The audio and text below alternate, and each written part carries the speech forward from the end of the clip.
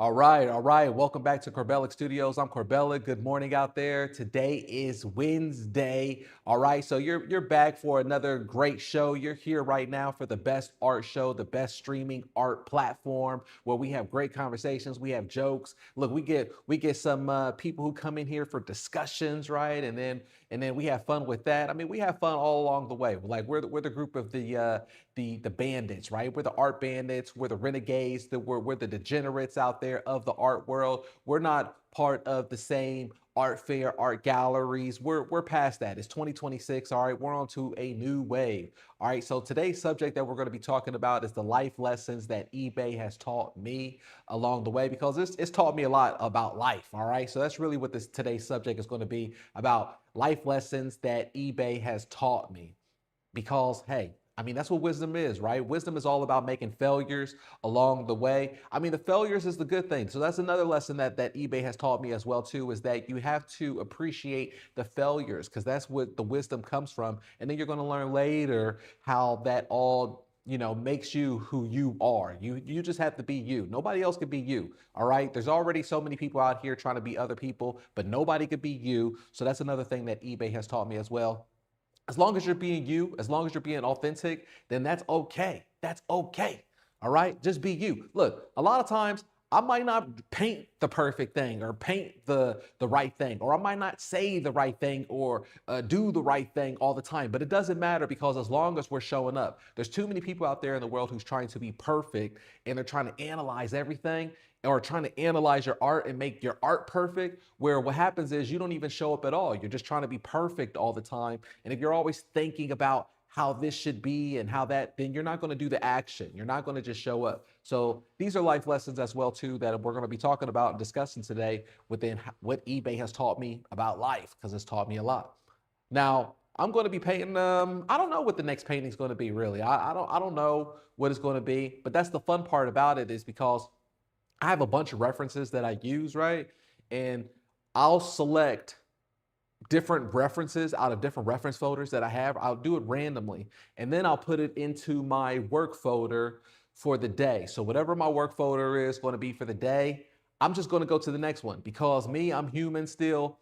My brain is going to subconsciously want to choose the easiest painting, or choose the easiest color palette, or choose the one that I think is the pretty. Like, my brain is going to play these games of which one to paint. So instead, what I do is I just randomly select paintings, and then I put it into my work folder, and then whatever comes up next, that's just what we're going to do. That way I'm giving all of my collectors a different variety, and we still add our own touch to it. Like, right, like, I guess they somewhat still will look like a Corbellic, just like your paintings will look like you, no matter what you change in this in the theme that you're doing. And that's the cool part, because like I said, no one can be you but you. You just show up and be you.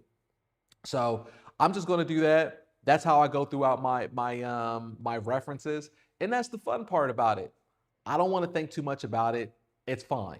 All right. Let's see who we have here today. We have anybody in the comments? We have anybody here? Are you here? Hopefully I didn't go off again.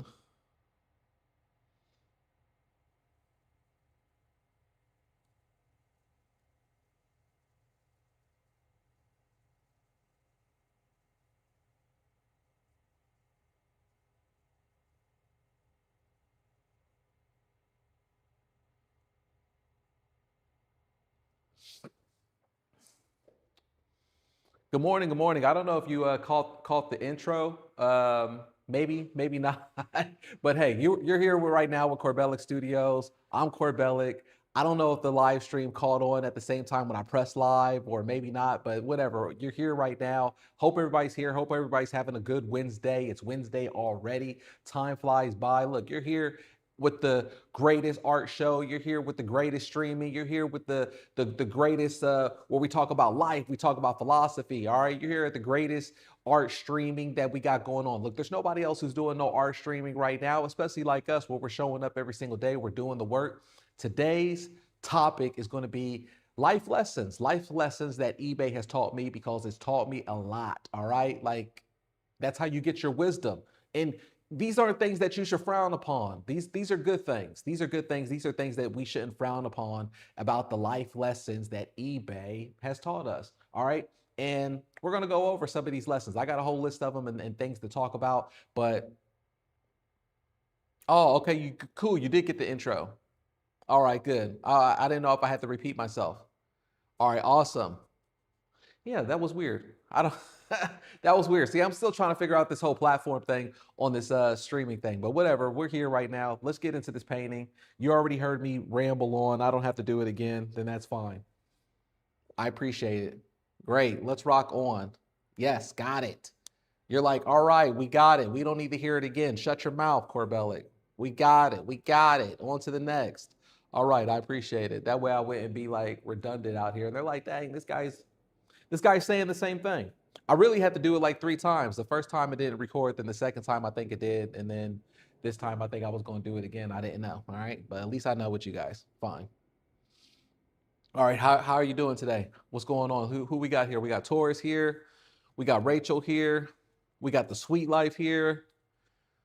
We got Lee here. We got Link, or is that Torque Link? All right, who else we got here? Letting some other people come in.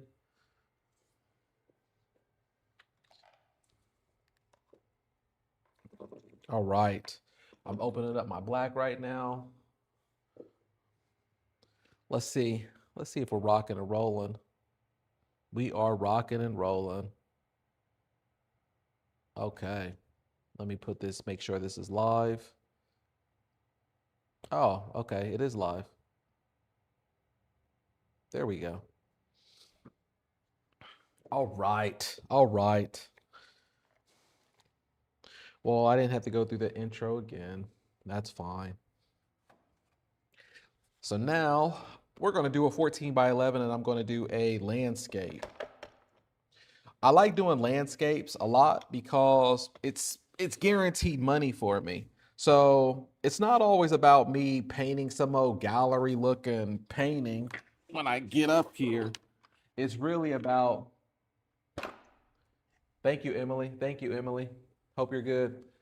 All right. So a lot of times it's really not about me painting these gallery big paintings and all of that stuff, because Lord knows I could do so many of those. I could do those blindfolded, but really it's about me and my mindset, how I'm conditioned now to think about art, because I've been doing this for so long on eBay. I paint things that I know that the customers want. I do things that I know is a guaranteed paycheck, because what's the point of us actually doing this and standing up here and working if it's not about the money? All right, it's about the money. So I'm not painting for what I like anymore. I'm not painting for things that I think looks cool. I'm past those days. A lot of times artists, they're so caught up into painting things that look cool for other artists. They want to paint things for other artists and be like, isn't that cool that I did this design and I said that? Look at that symbol right there in the background. Can't you see that subliminal? They're doing all this stuff for other artists to be cool, and I'm painting for the customer because I'm thinking about the money. So I like to do a lot of landscapes because those always generates good money. And that's what we're going to do right now on the first painting, is this landscape painting. And then after that, I don't know what the reference is going to be.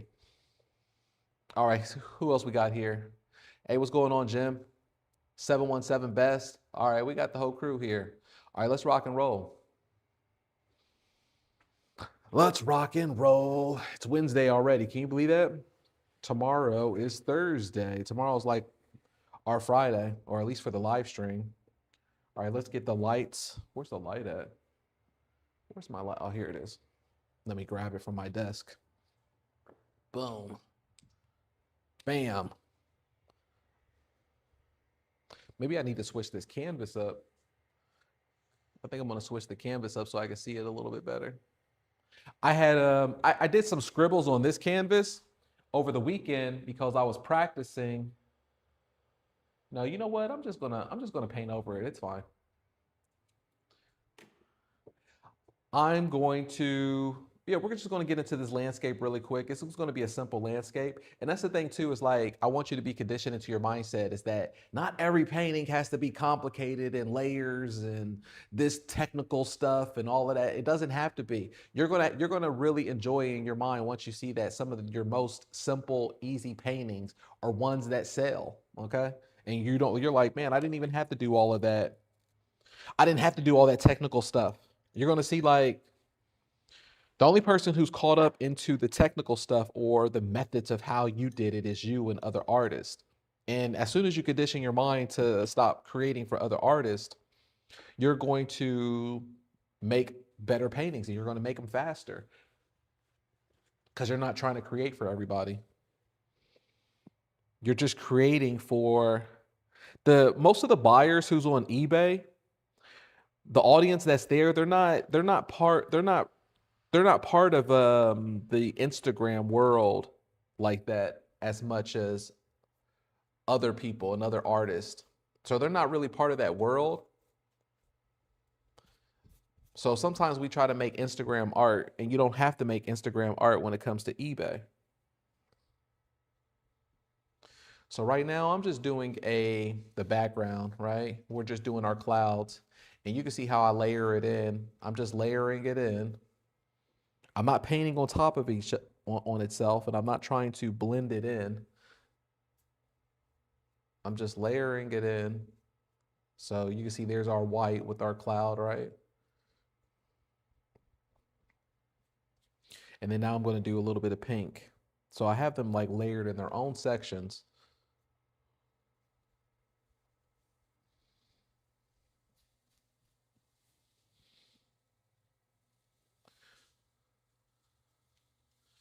Let's see here. You're on painting number 4 already. Lee says she's on painting number 4 already. Just doing that, ultra simple and fast, loving it. That's the best feeling ever. Because then you play a game with yourself. You play a game with yourself where it's like, I'm not going to let you beat me in the game. Either if it's the reseller, the customer, the buyer, whoever, life. I'm not going to let you beat me. I'm not going to overcomplicate things. Trust me. God loves you. He does not want you to overcomplicate your life and doesn't think that you need to be everything doesn't have to be so difficult and extra all the time. You're only doing that to yourself. And that's where you really start to get better as well too, once you start realizing that these things and these struggles, a lot of times it has nothing to do with the outside. It has to do with more internal, that you're putting these pains and struggles onto yourself. You're the one who's doing it to yourself. Like, why are you making things so complicated all the time? And then if somebody like me comes along and tells certain people you don't have to make things complicated, some people will get upset. Yes, I do. You don't understand. It needs to go this way. I need to do 1,000 hours of the polar bear hairs. You're wrong. I'm like, I'm trying to save you time though. You don't.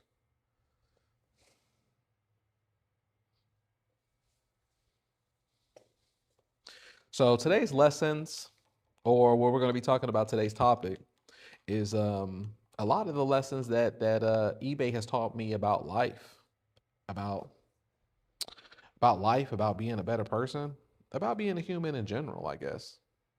And I mean, we could talk about this forever, to be honest. Like this would go on longer than one streaming episode because there's just so many things. And I'm pretty sure after I get off of here, I'd be like, oh, I forgot to talk about that. Oh, I forgot to talk about this. But one of them is what we were just talking about, which is a great segue, is that effort doesn't guarantee, your effort doesn't guarantee anything. You could be doing the polar bear hairs, you could be doing 1,000 hours, you could be doing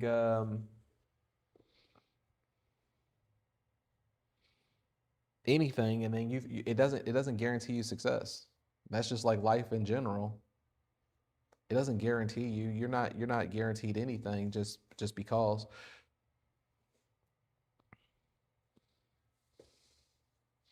But the key indicator is that if you can just show up. And one of the things that I don't talk about enough, and I need to talk about it to remind you, is that we're all human. Like, even though I've done so many paintings, I don't always feel like coming to the studio to work. It's okay to feel like you're not inspired. It's okay to feel like you don't want to work. Okay, I'll see you later, Lee. It's okay to feel like you don't want to work. It's okay to feel like you're not inspired because we're not robots. And a lot of times we don't feel like it. And a lot of times too, when we don't feel like it, our brain will play a trick on us to be like, make excuses of why we don't have to show up today. Well, you had a good auction night last night. You had a whatever, or you're just tired or whatever. Your brain will say anything and lie to you because you don't feel like it today. I'm just like a bodybuilder doesn't feel like going to the gym all the time, I'm quite sure. But the thing is that you still show up. And that's the thing to be proud about. Because more times than ever, when I come to the studio, I don't feel like coming to work, you know? But I'm always so proud of myself when I do. And when you do show up to work, just like life in general, when you do show up, oh, that's awesome, your meeting was canceled. When you do show up, excuse me, apologize. When you do show up to work, you'll feel proud of yourself because you accomplished something that you still showed up. But the thing is this, what I was going to say is that when you show up, you don't have to feel like you have to give it full intensity all the time. You don't always have to feel like that. There was a video that I made where I talked about how many canvases should I do? And I was being facetious, but being serious, where I was like, put yourself in the mindset of where you have to do 100 canvases every single day. Now, of course, if somebody who's not part of the initiated with us, they hear words like that and they probably get overwhelmed and they get scared, right? They're like, no way can I do that. And that's not the purpose of what I'm saying, because there's no way that I don't want you to come into work every single day with that attitude. It's impossible. I can't do that. I would be burnt out. I'd be like, there's no way. I'm not going to do that. The whole purpose of me saying that is that way you can know what you're made out of for a barrier when you're starting off, or when you have these moments of a rough patch and you feel like you have nothing to lose at this point. There's certain parts of business where you feel like you don't know where the business is going, up or down, or maybe something has changed and you don't know what the change is. Then the thing that you can change automatically in the moment is change yourself and change your routine. And you'd be like, all right, I'm going to go in tomorrow and I'm going to do 100 canvases. Not that you will, but you can say that to yourself so you could just push it and see what you're made out of. Then you'll have a barometer of how many canvases that you've done, you put out there, and then you could work off of that. But to go into the studio every single day with that mindset, no, I would never say that. That's impossible. That's silly. It's okay to have days where you feel like I don't want to go to work. But as long as you get up, you get your behind up and you still go to work, that's what matters. And then when you go to work that day, maybe that day you don't actually feel like you're in the mindset of where it's like, I want to do 100 canvases. That you don't have to be. That's fine. But as long as you just showed up to work and you still worked, you still did your hours. That's what matters. I always use the analogy of like a person in the gym. I don't know why. I guess I do know why, because the mindset is kind of similar to me of how we work. Um, that's why I use it. It's not like, obviously, it's not like I'm a bodybuilder or anything like that. Um, I just think that it's such a similar mental example. But a bodybuilder all the time, I'm pretty sure like they don't feel like going to the gym. But when they go, for example, they don't have to go into the mindset of being like, I'm going to do 1,000 canvases or 1,000 canvases today or 1,000 push-ups. Instead, as long as they go in the flow and they just show up, right? I like to go hiking. And sometimes if I put my mindset is of I'm going hiking and I'm going there to work out, or I'm going there to exercise, right? Or I'm going there I have to go through this process of exerting myself. Sometimes it's not too pleasant. Sometimes it's like on some of the hills where it's the incline, it's like, oh, it's too much. But then when I show up and I'm like, you know what, I'm just going to take my time and at least I'm here and I'm showing up. Those are the best days. Those are the best days. And those are the days that I usually finish the hike faster. I'm still, regardless, this is the crazy part. It's like, regardless if I put it in my mind that I'm going to exert myself hard and I'm going to work out on this hike, or if I'm just going to take my time and enjoy the hike, I'm still burning the same amount of calories. I'm still doing the same amount of work. And that's what eBay has taught me as well, where a lot of times, instead of having the mindset of exerting yourself and how many you should do and how many of this, just show up and enjoy the moment, enjoy the process. And what happens is, naturally you won't notice it, but you will actually do more work and it'll come effortlessly for you. It'll seem easier.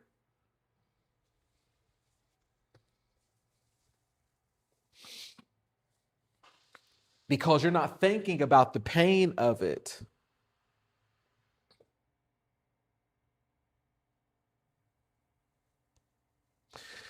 There's this study that I heard, and this is very cool. I'm gonna share it. I'm gonna do a live. I'm gonna do a live reaction video thingy to it online, and I'm gonna read it and go over it. But it talked about the Spartans workout and how they exercised and how they prepared themselves, right? And what made them more efficient is that they understood a science before anyone else. And it's called perceived exertion, perception, or something like that. It's called perceived exertion, something along those lines. And it really rung out because it's very similar to how we work, and it's a very important of how I teach, how you need to perceive your work. And I think it goes hand in hand to the video of what I was talking about Corbellic. How many paintings should I do? Do 100. Like, do you really need to do 100? Like, no, but the mindset, right? So the Spartans, what they would do, instead of everybody else counting their torture, which is their routine or their exercise, instead of counting reps, Spartans didn't count reps. They didn't count 100, do 200, because then through time, they're counting the time of how long the torture is and how long they're exerting themselves, and it would have a more torturous idea. That's why it's like they would say that working out alone is more difficult for some people than it is than either if you're working outside or in a group. So the Spartans, instead of focusing on, oh, well, okay, coach, how many should I do? The Spartans would focus on rhythm and breathing.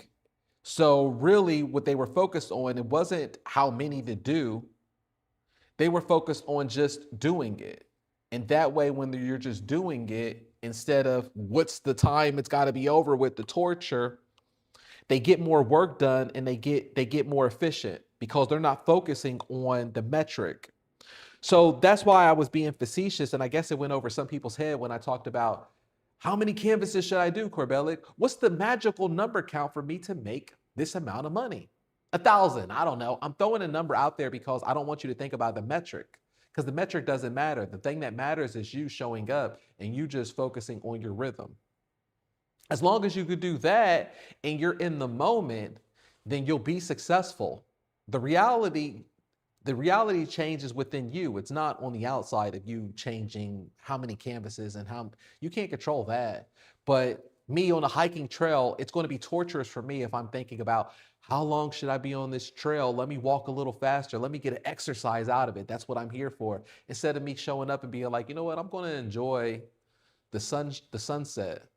I'm going to enjoy just strolling on this. I'm still doing the same amount of work, but I'm not focusing on that. I'm focusing on my rhythm. And then by the time that I'm done, I'm like, whoa, I didn't even realize it was over with because I wasn't focused on the exercise, the work.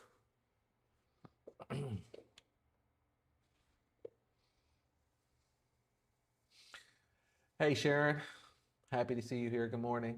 Dr. Trader says, where did you buy your 1-inch favorite brush at? It looks really thin and tapered. Yeah, it's really great. I have the full list inside the elite community. You could click the link. It's pinned to the top. You can join us. And I have the full list there for you. No guessing game. Everything is there for you. So, yeah, and these are my favorite brushes as well. And I've been painting for a long time. These are my favorite brushes. They're not expensive. I have the list where I advise all the members to get the same brush. I've been painting for a long time, and these are my favorite brushes that I paint with. It's so efficient.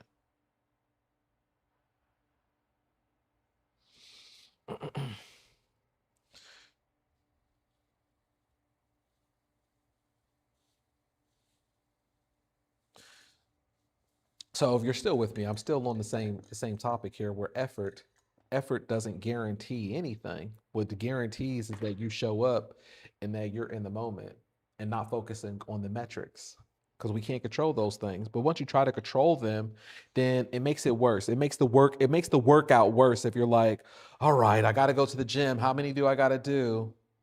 What's the number? What's the number count until I lose 10 pounds, right? Now imagine somebody with that mindset. That's a horrible mindset to have, right? We all know that. Then why is it any different when it comes to business? And we go, all right, how many times do I have to run around this lap until I burn 10 things? How many times do I got to do the push up until I get my biceps bigger? How many times do I got to do it? Because that person, they're already like, they're counting the pain.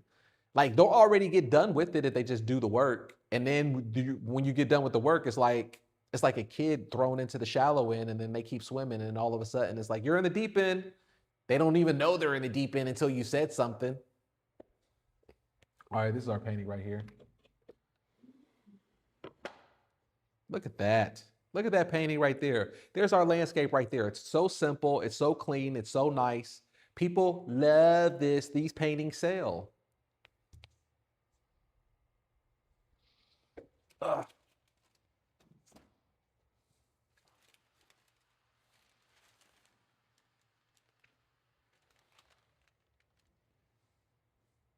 Hey, Jin Jin.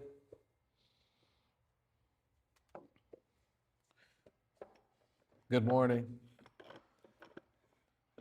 Happy to see you here. As always, giving the love. If you haven't already, you came in here, click the like on here, let eBay know that we're doing God's work, sharing the love out here.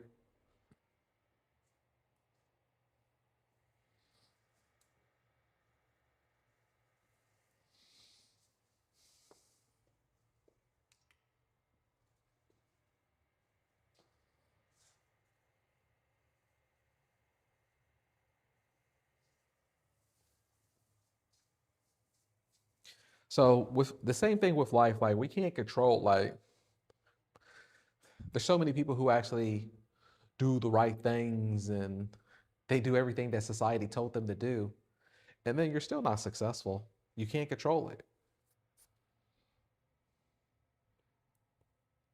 But you will be successful as long as you will be successful. You will lose weight as long as you just keep doing it and enjoy the process. Like you genuinely enjoy the process. That's the hard part too. Sometimes, since we're trying to make money out of it, we get caught up into the finance of it and we get caught up in the commerce of it. So then when you get caught up into the commerce of it, it's real easy for your mind to all of a sudden shift gears and you don't feel like an artist sometimes. And you could be like, oh, it's a production.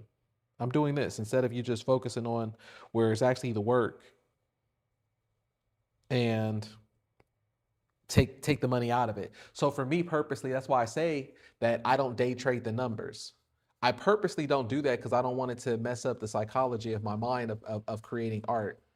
Um, and also me being too attached to an art piece or me expecting a result of it. That's why I also say that Corbellic hires and fires himself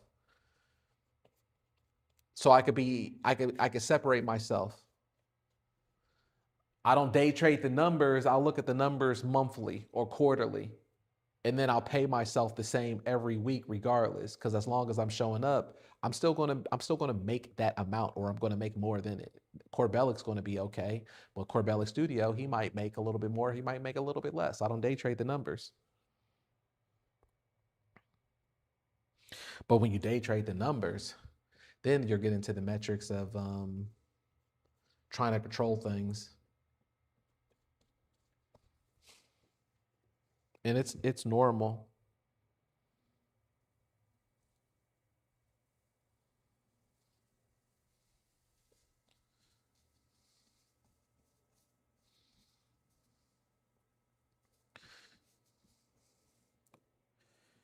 And with that, volume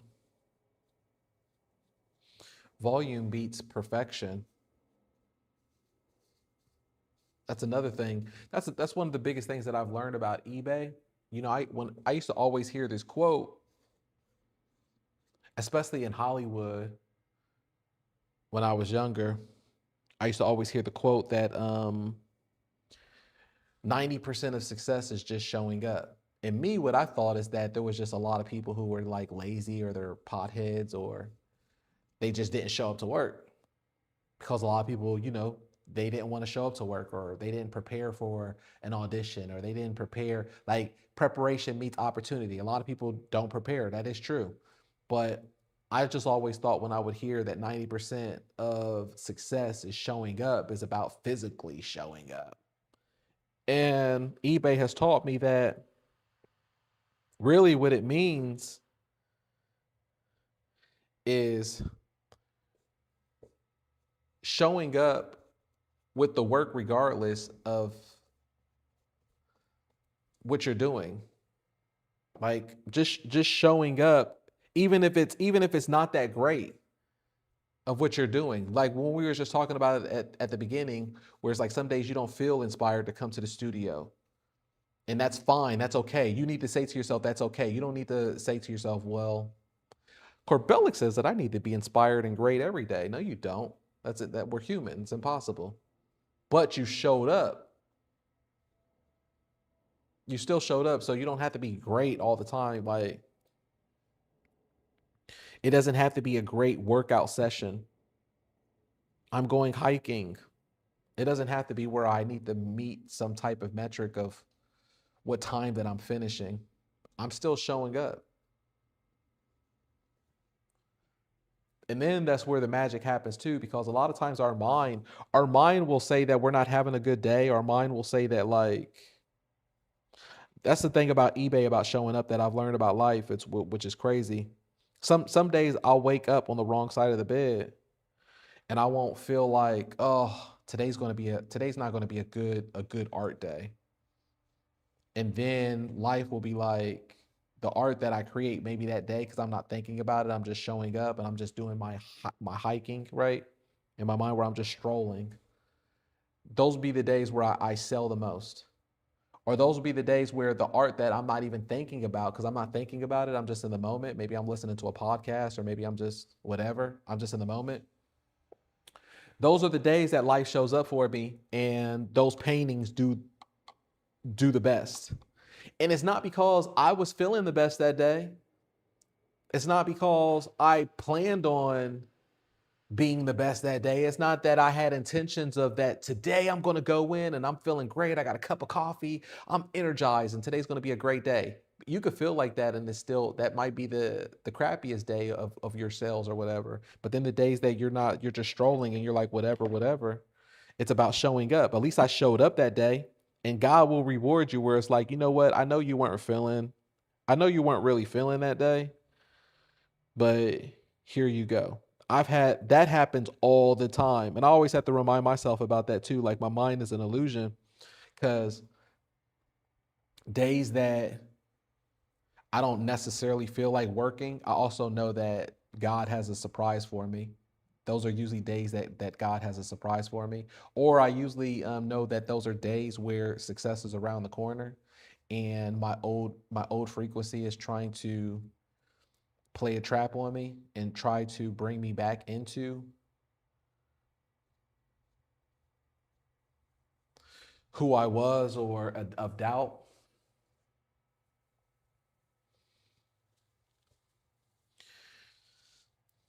We all have these days We have these days more than anything, and the sad part is like we don't talk about it, and it's also my fault too as a coach because I don't talk about it enough either inside the community, and we need to talk about it more.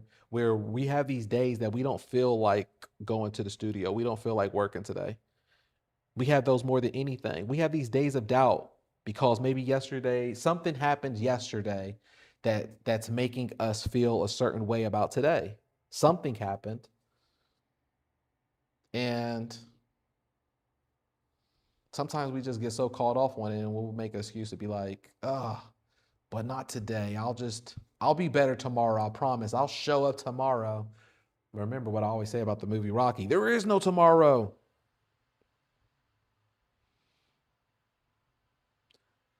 So what I've learned is that days when I feel like, I feel icky, those are usually the days that God has a surprise for me. And the surprise might not even be that day. Maybe I could feel icky all day, but I just know that it was worth it for me to show up anyways. Even if it was whatever, I still showed up and I just did my stroll. I still showed up. Maybe that day I didn't have in the mindset where I'm doing 100 canvases, but I still showed up. And then 10 days later, when we have the 10-day duration, right? When the auction happens on the 10-day duration, God shows up then. He's like, I know you weren't feeling good that one day, but you showed up to work and here you go. That's why I say, like, God loves people who work. God will reward you with work. You can't control the outcome of it, but somehow along the way, it will always work out. I can't control the work, right? But I can control me showing up. And when I show up, it could be a year from now, it could be 2 years from now, it could be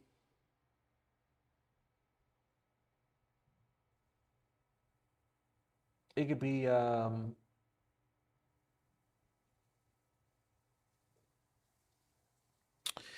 it can be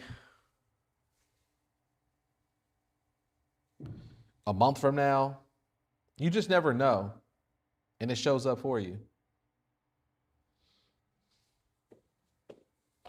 Let's see here. IMT Fly says, I followed your method and sold 10 pieces at auction for $1, but I've been losing money on shipping. So far, I spent $1,000 in art supplies and shipping to customers. So what's the next step? IMT Fly, what's your name in the elite community? Sometimes you get people who say things like that, right? But they're not even part of the elite community. And they didn't follow, like, they think that, oh, you just sell on eBay. That's it. You set up your account. And then you find out that they didn't even set up their account properly. A lot of times when people don't even join, they set up their account totally wrong. Or they didn't even join at all. Or it could just also be kind of the thing of what we were just talking about in this life lessons where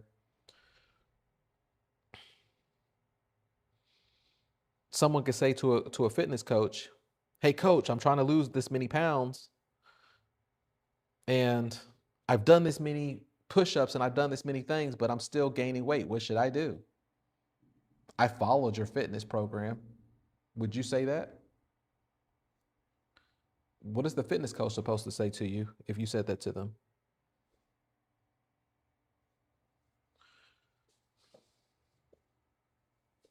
Let's see here.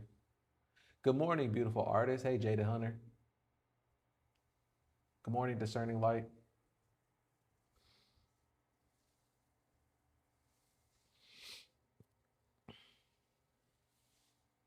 If you're part of the elite community, what you can do is schedule a meeting with me. Schedule a private one-on-one, and I'll work with you. I do it all the time. And we can set up a plan for you. Are you a part of the elite community?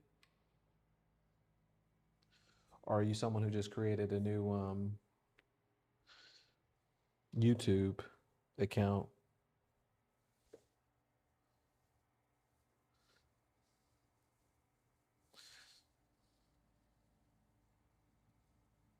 All right, this is looking good. I'm done with this one.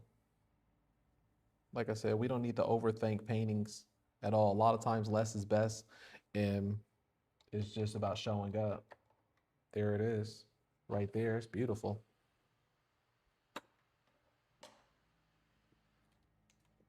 Let me put my signature on here, and then we're on to the next one. A lot of times too, you have to give your customers, you have to give your collectors a chance to have simple from you. A lot of times people don't want the complex stuff. Like, are you capable of being simple? Are you capable of being a minimalist? Are you capable of having impulse control of wanting to keep going?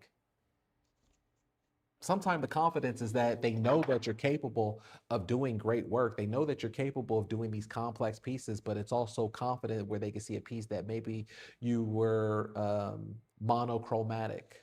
You were very simple. Isn't that nice? Landscape. Very simple.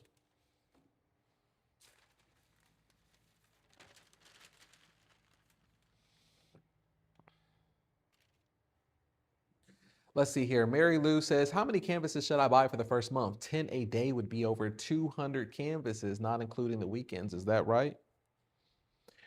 Join the elite community. All the questions are there. The link is right there pinned to the top.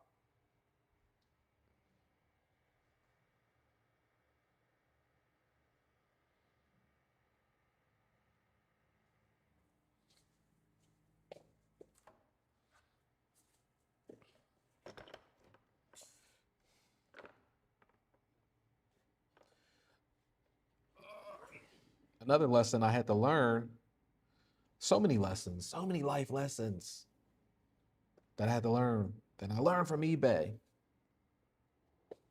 And you know what? It's like, maybe it's not technically actually from eBay that I've learned these lessons. Maybe it's just actually creating art itself.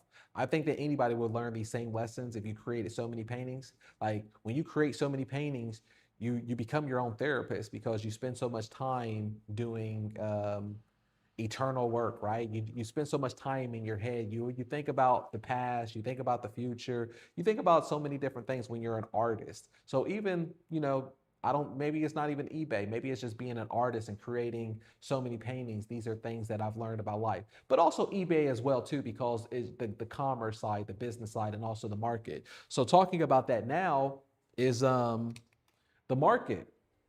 The market is a big one because the the market don't care about your feelings. The market don't care about you. The market cares about results. A lot of times people get so caught up into painting for other artists and painting the things that's cool and how I did the method. And look, I spent 1,000 hours on the polar bear hairs, everybody. Look at my video that I spent 1,000 hours on the polar bear hairs. And they get caught up into the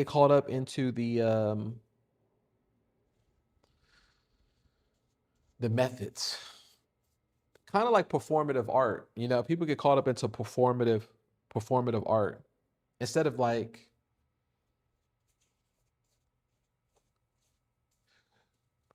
you're an artist. Art is subjective. I'm never gonna judge another artist of how they do art. It's all subjective and there is no right or wrong. But a lot of times nowadays, especially when you see like Instagram or social media artists, it's very performative. And what eBay has taught me is they can't see you performing. They don't know if you're doing some blindfolded, one-handed, polar bear, 1,000. They don't know any of that. Only thing they know is the results. And the results is what they see.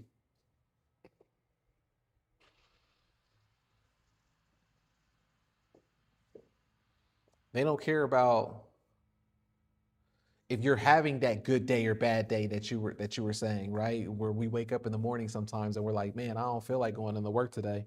You think they care about that? They'll go on to the next buyer or to the next seller, to the next art page. You think a reseller is ever going to tell you that they're a reseller and that they're selling your stuff on the market or at an art fair, or that's how they're providing for their family? Like, who are you? Do you think they're going to divulge that information to you? Why would they?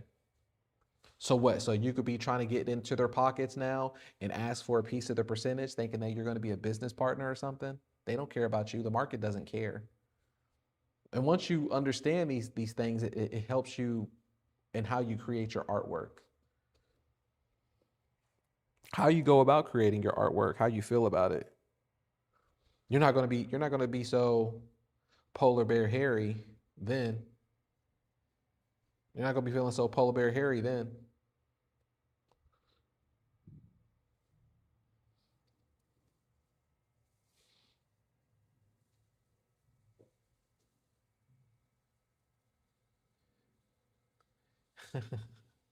Hey, I love the polar bear. I love the polar bear. Jim said he's always dissing my polar bear. No, not at all. I love the polar bear. It's just a good analogy. And you know that artist, whatever, that's his hustle. He's not right or wrong. He's creating art. There is no right or wrong. It's just something that I wouldn't spend my time on it. But yesterday, I don't know if you were at the stream yesterday. It was funny. I was saying that maybe that polar bear hair artist, he's actually hustling everybody where he didn't spend 1,000 hours or however long that he's doing. He's only doing that for the video like this, but really he's got another shortcut of what he did where he only spent like maybe 2 hours on the whole thing. But the whole hustle is that he made this cool video of the performative art of him doing 1,000 hours. That's part of the art as well. The art is him selling the story that he did 1,000 hours and he only might have done two. If he did two, then people don't care. They're like, oh, you did art in such a quick thing. But if you do 1,000 hours of it, then it's like, oh wow, he went to art school so he could do 1,000 hours. Wow, that's so that's so exquisite. There's always a hustle. There's always an angle.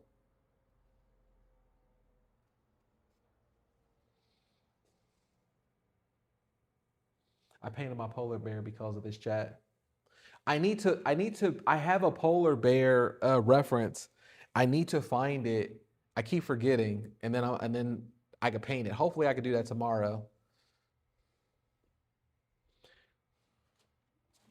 Hey Google, remind me to find a polar bear reference today. All right, boom. I set a reminder for myself.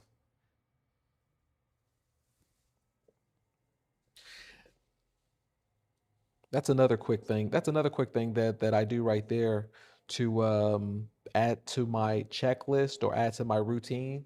Because I mean, even though I have a great memory, I still have things that I need. That there's so many tabs open on the computer.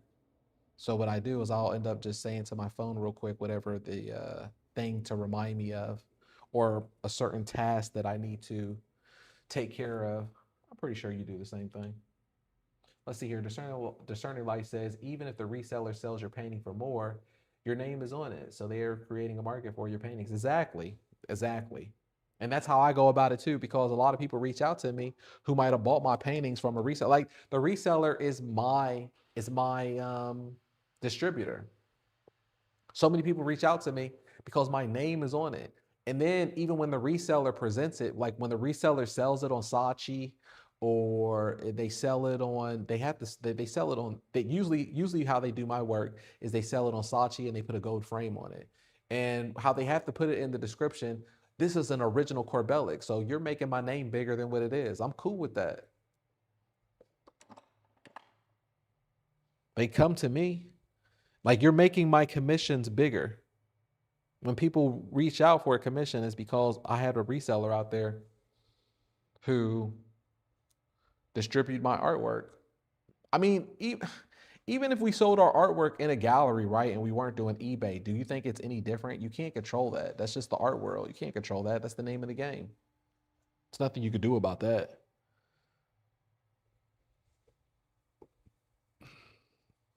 No, all of my artwork needs to go to a lovely home.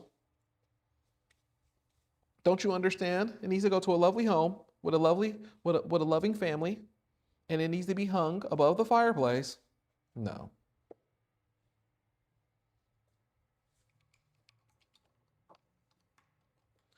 AZ lady said, "Good morning. I've been here for on a while, but on my TV, getting ready for an appointment later." All right, that's cool. I'm glad that you're here.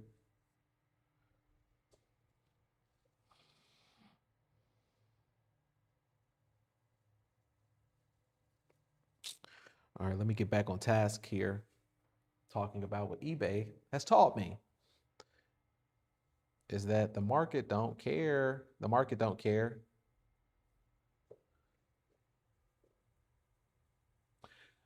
Mary Lou says I signed up for membership but it didn't give me the 7-day free trial it mentioned. You signed up for it or you did not?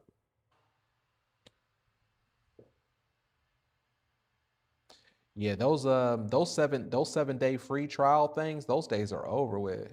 No more of those. People were taking advantage of it. And that's my fault too for how I set it up like that, thinking that, I should have known humans will human, right? But no, those days is over with. And the reason why those days is over with because I don't have to give a free trial of anything no more when there's just too much proof of the work that's already there. There's too much material. So I don't need people to come in on the 7th day and then they cancel after they received or downloaded certain information. Can't do that. At first that was cool, but now it's just like anything else with art, right? Or life, it devalues itself when people come in and they see free trial. Like, why are you so thirsty and desperate for somebody to have a free trial? You can get no free trial out here. The work is already confident in what it is. If you don't believe it, then you don't have to join. But if you do join as well, you'll also value the information of what you receive because you paid for it. And you have no choice but to commit to it. Like my program is one of those programs where it's like you're you have to ride or die in this thing. You're in. Once you're in, you're in. There's no going backwards. The only backwards is for you to do the work. A lot of times with this is another life lesson. A lot of times, like, look, you already bought the canvases, you already bought the shells, you already bought the art, you already bought this. Oh, eBay's this, or my sales are that, or the program's this. What are you gonna do? Go backwards? You already invested in it.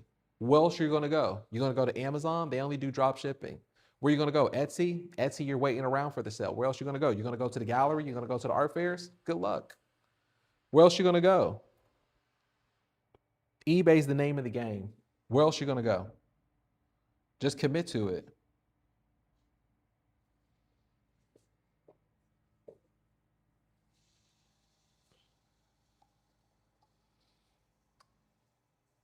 Yeah, it might still say that on the intro page. I'll have to change that out, Mary Lou.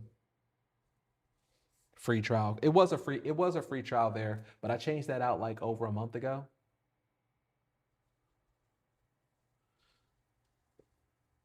So I'll have to change that out. Thank you for reminding me though, Mary Lou. I appreciate it. And if you just joined, then start with the 14-day sales orientation. But also right now I'm running a promo until Saturday. If you sign up for the VIP, which is the annual, then I'll send you out a free projector. I'll send you out a free projector the next day. So even if you just paid right now, it'll prorate it for you. So you could just go to your billing and then you could just go to the VIP and then it'll prorate it for you, which means it'll include the 47 that you added on there or deduct it from there. Let's see here. Lee says, it's like the thing about becoming an overnight success. It actually took them 10 years to become an overnight success. It's so funny that you said that, Lisa. That's just like, it's like twin minds right there. Like you're always thinking like me. That's one of the topics on here too. That's one of my bullet points to go over about what eBay has taught me about life. That's one of the bullet points. So that's a great one. But we'll get onto that one a little bit later. But excellent, excellent, excellent, excellent, excellent.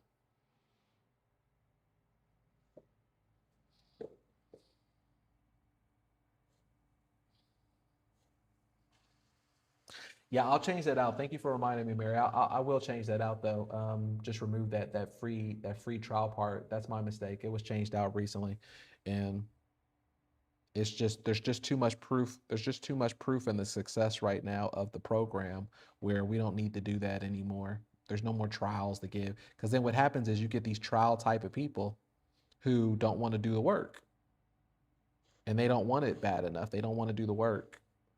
And the only people who are really a part of the elite community are hardworking people who are doing the results and seeing the results for themselves because they're putting the work in. But I'm not a good coach if I do the free trial thing, because I'm giving certain type of individuals who don't have that mindset a exit out. Oh no, I don't want to do the work, in comparison to be like, well, I'm already here.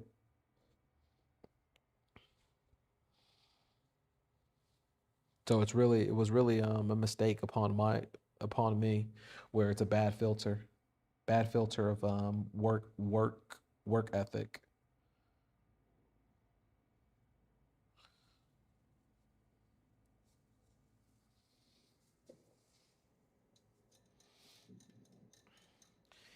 So when we talk about the market don't care, like a reseller don't care, they also don't care about your feelings. They don't care about your feelings. Look, this is the thing. Like, you think they care? You think they care compared to if their family has a bigger paycheck, or your family has a bigger paycheck? You think they care? You think just because you make pretty art that the market cares about you and your family? They don't. So at times too, they can also help you on how you create your artwork and how you go about it with speed and how you go about it, because they don't care.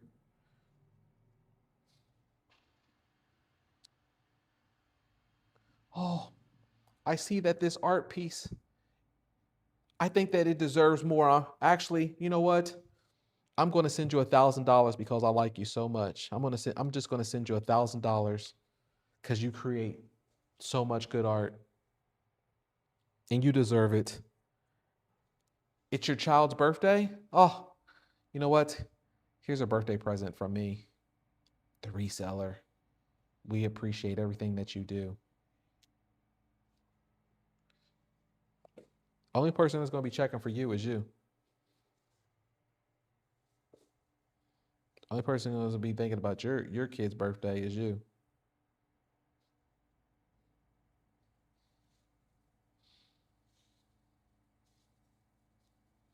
And once you get that mindset like that, and they're not going to take advantage anymore of your art and how you want to go about it, then you'll be able to create better art and you'll be able to do it faster. But you'll be able to create better art because you're doing it faster.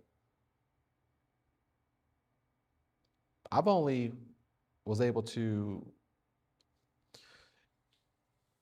become as experienced is because I was able to work within the speed. But when I tried to do these Mona Lisas and I had time to think too much about the art piece, I wasn't I wasn't giving myself a chance to evolve in the happy mistakes.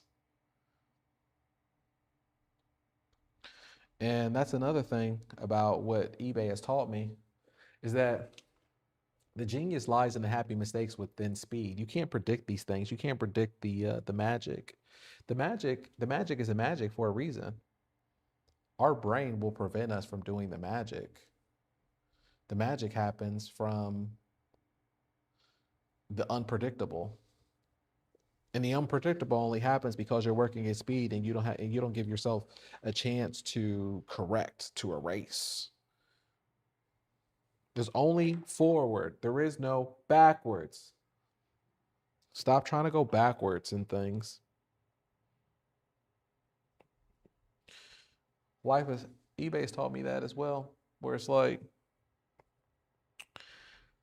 it's only forward. If I want to have the best chance of going backwards or cleaning up the past, then it's only me going forward.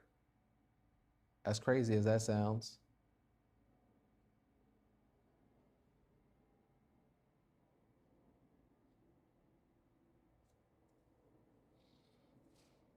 Thinking about the past too much or thinking that you can actually change the past, that's just regret. The way to really fix the past and to go back to it is success and money.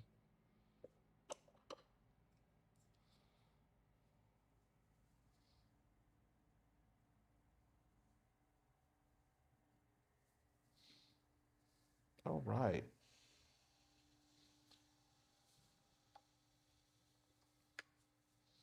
There we go, right there. Put my signature on this one, and boom, done.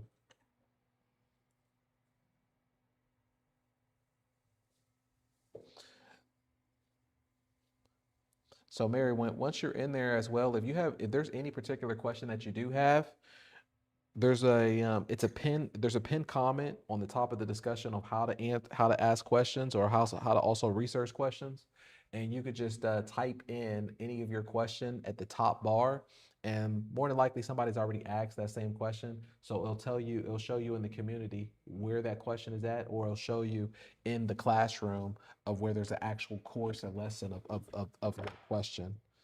All right, look at that painting right there, huh? That's our landscape barn right there. People love the barns, people love the farms. All right, so that's our quick one right there that we did. Very beautiful, right? What do you think about that one? Let me know.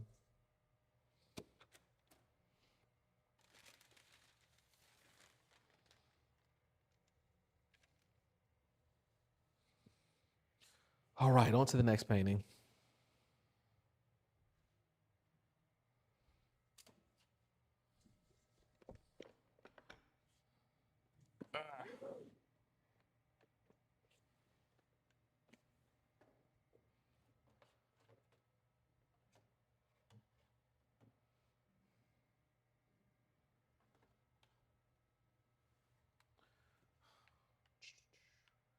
Is my chat still working? Or are you guys frozen up in time or something?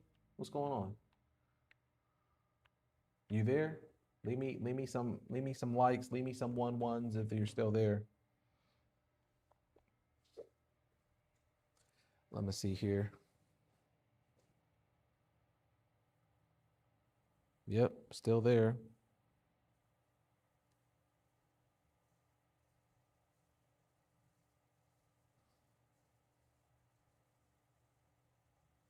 All right. Had to check on you. I had to do a wellness check on you guys. You guys are so dead sometimes. Sometimes I gotta do a wellness check on you. I was about to call the paramedics, call the police. I know I'm here. Or that also, sometimes when I see that the chat be quiet, I just be thinking that y'all are out there making that money because y'all are hustling. Y'all are making that money. Like y'all are really focused.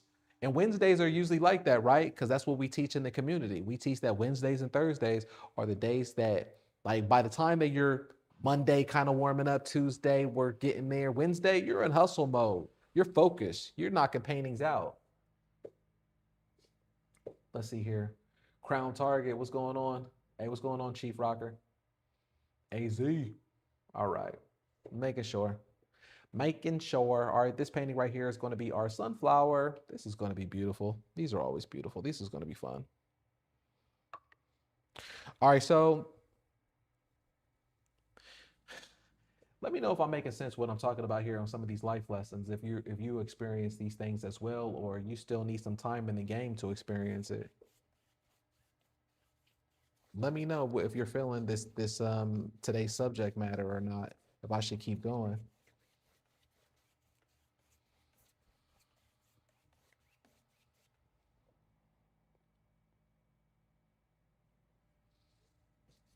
All right, we're gonna do a little light blue on this one in the background, kind of like a blue background for our flower, sunflower. These are always great. These are gonna be a beautiful, beautiful, beautiful painting.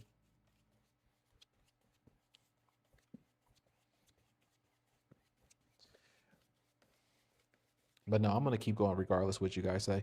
So the next one that we were talking about, what eBay has taught me, is that consistency. Consistency compounds quietly. So, like what Lee was saying, there is no overnight success. There's no overnight success. And I know that's such a hard pill to swallow because a lot of times, us humans, we want it now. I want it now. I want it right now.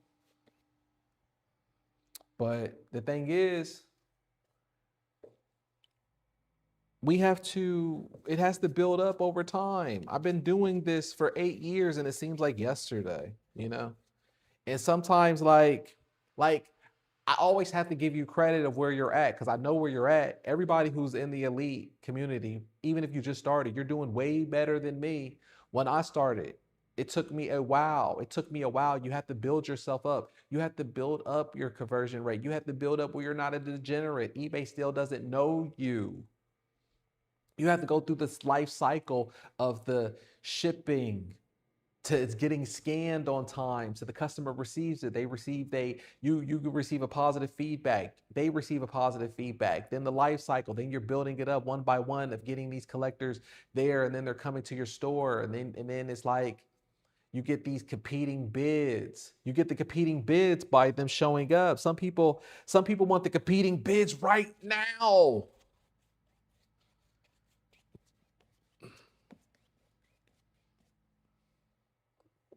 And you can have everything right. You can have everything if you stay consistent and one thing works on the other, where it's the auctions work with the buy it nows. I try to tell people all the time, like, if you want people to buy from your buy it now store, then you have to work the auctions. If you want people to buy from your auctions, then you have to have the buy it now store. I've always said that.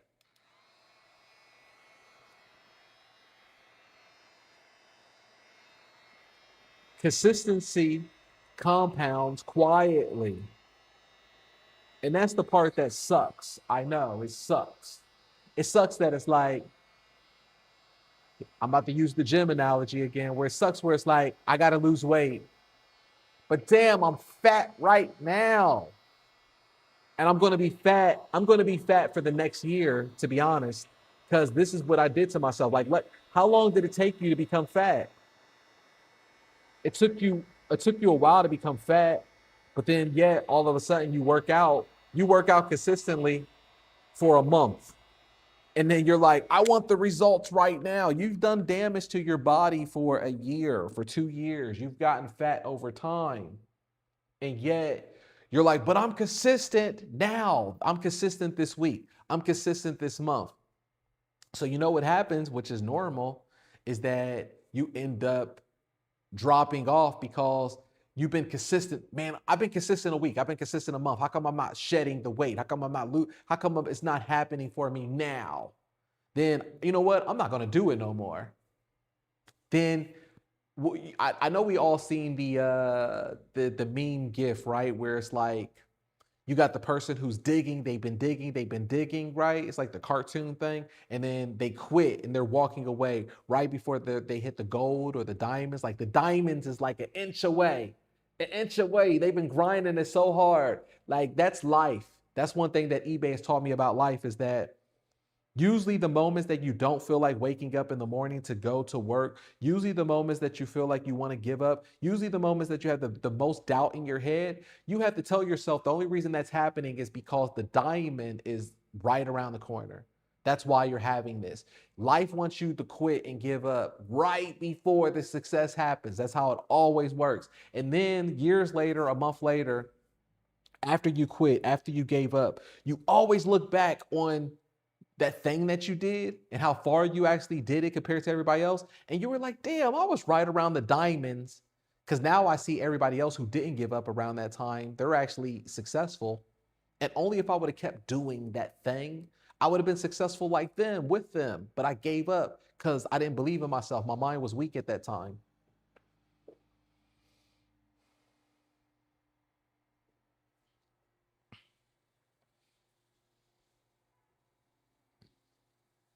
I've had those moments. We all have had those moments. I've had those moments in life.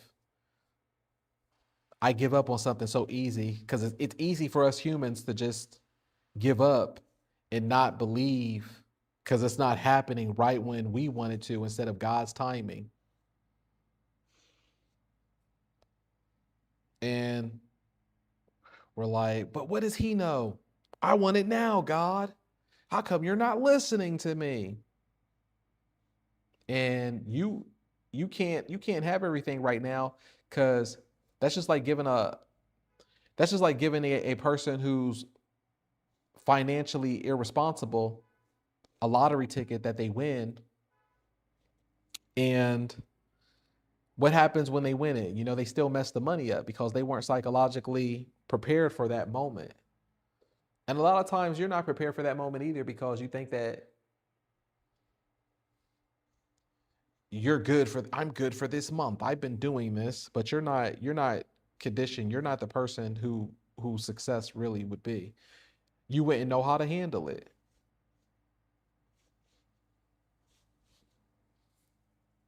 That's why I always try to say, like, whoever you want to be, it's not too late to be who you want to be, but whoever you envision yourself to be, whatever that you would want, envision yourself. What are the practices that that person has? What time does that person wake up? Does that person go to the gym? Does that person read books? What does that person do of whoever you envision yourself that you would want to be as, that you inspire to be as? What type of practices do they do? What is their rituals? What is their routine? Those are the things that you need to emulate and start emulating them for a while. So that way you could be in the mindset when the success or when these things do happen, so you could be ready for it. Because if not, then you're not going to get it. And you're not going to get it because you're not even ready for it. I want the $1 million lottery ticket now, God. He's like, but you're a degenerate right now, though. What are you going to do with it? Well, you're going to start a business. You're going to do something great. I'm going to be a better person. I promise you. No, you're not. You're not even ready for it. You're going to mess the bag up.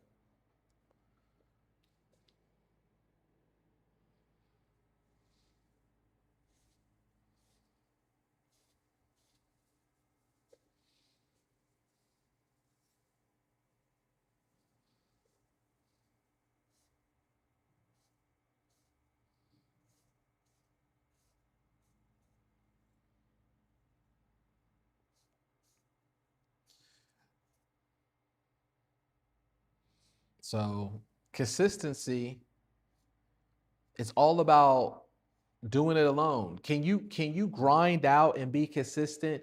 Can you be the one who wants to lose the weight or work out or the be the avid reader? Can you do it when no one's watching? Can you do it without being like, I need the dopamine reward of someone praising me along the way to do it? Can you do the work alone? Can you do the work alone but be consistent about it where no one is watching? If after a while you can't do that, then that's not going to work. And that's the thing that life has taught me, or eBay has taught me about life, is that you have to be willing to do the work and do the paintings and do the stuff when no one is watching, no one knows what kind of day that you had. And then it compounds. Like I say, the analogy is like someone's they go to the park and they tell their wife, I'm going to the park to work out, honey. Like, she doesn't know like what you done. Only you and God know if you actually went to the park to actually do 1,000 push-ups, or if you were there and you were just doing a little bit and whatever. No one knows the grind unless you alone, but that's the consistency. And if you're going to be consistent doing it, some people give up and be like, you know what, this is hard. I don't want to eat healthy no more. I've been doing this for 2 weeks now. I'm bored. I'm not getting the results that I want, and I'm not getting the accolades right now that I deserve. I'm about to go back and eat unhealthy. I'm about to go back and just slack off. I guess it just didn't work for me. eBay's not working for me. I tried that. I tried to sell art and I tried to do the Corbellic program for a month, for 2 months. Like, I still feel like a year or so early. I still feel like a year in eBay game, the eBay world, a year is early. I didn't even get my bearings until year two.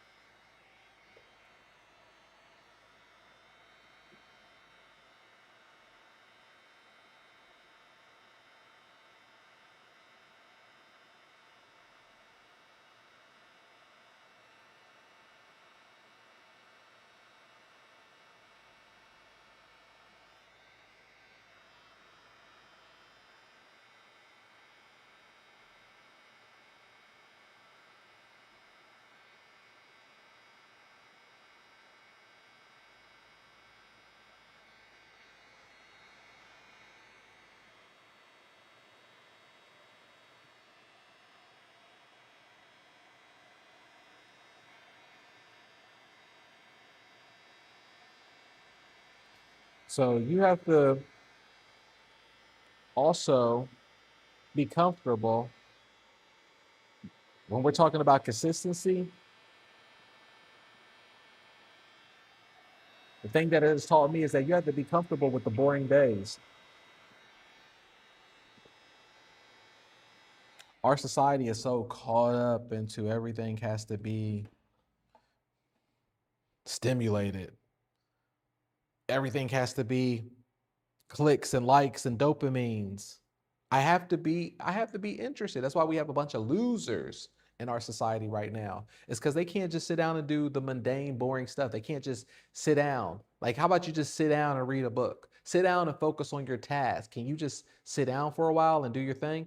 Now, you can if you start weaning off of the dopamines. And I have a video on that where we talk about that, talking about, try to get yourself off of the dopamines. A lot of us were hooked on certain things of dopamines in America or in the world. I'm not going to just say America, where it's like our phone. Our phone is a dopamine. Netflix, TV, coffee, alcohol, wine. Certain things are strong dopamines that we need to get away from. That way, it helps your brain want to do the mundane. Success is very simple. They just try to say these compound words and these convoluted quotes and things like that to make things sound more difficult than what it is, but it's not. Success is very easy. Life is very simple as well. We just make things a little bit more complicated at times to make things sound like it's more of a challenge. But really, it's about if you could just focus. Focus is everything. And focus is really, when people say focus, we know what it means. Like, wow, that sounds like I wish I could focus one day. And you can. It's just about doing the boring. Are you comfortable doing the boring? Focus just means boring. That's all it means. Focus. Focus just means can you be in a boring situation to do the task? Most millionaires, billionaires will tell you the core work of what they do to make the money. It's stuff that people will look at and be like, that's boring. There's millionaires and billionaires out there. They're doing coding all day. And then if anybody who knows about it, they would tell you it's boring.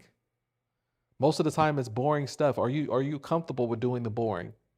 What we do, a lot of times, like what we do when it comes to eBay and when it comes to creating art all day, it's boring. Sometimes it gets boring. Like, it's a lie. It's only so exciting and all that to people who don't paint, and they make it seem like it's exciting every day. Oh wow, you get to go to the studio and be creative like a child. That's so exciting. That's only exciting to like someone who's not in our shoes and in the business of it, but it's not exciting. It's boring. We do boring stuff. And we do the same thing every single day. But if you could be comfortable with that and you could find the pleasure of it because your dopamine levels are lowered, then you could be successful by finding the pleasure in the boring.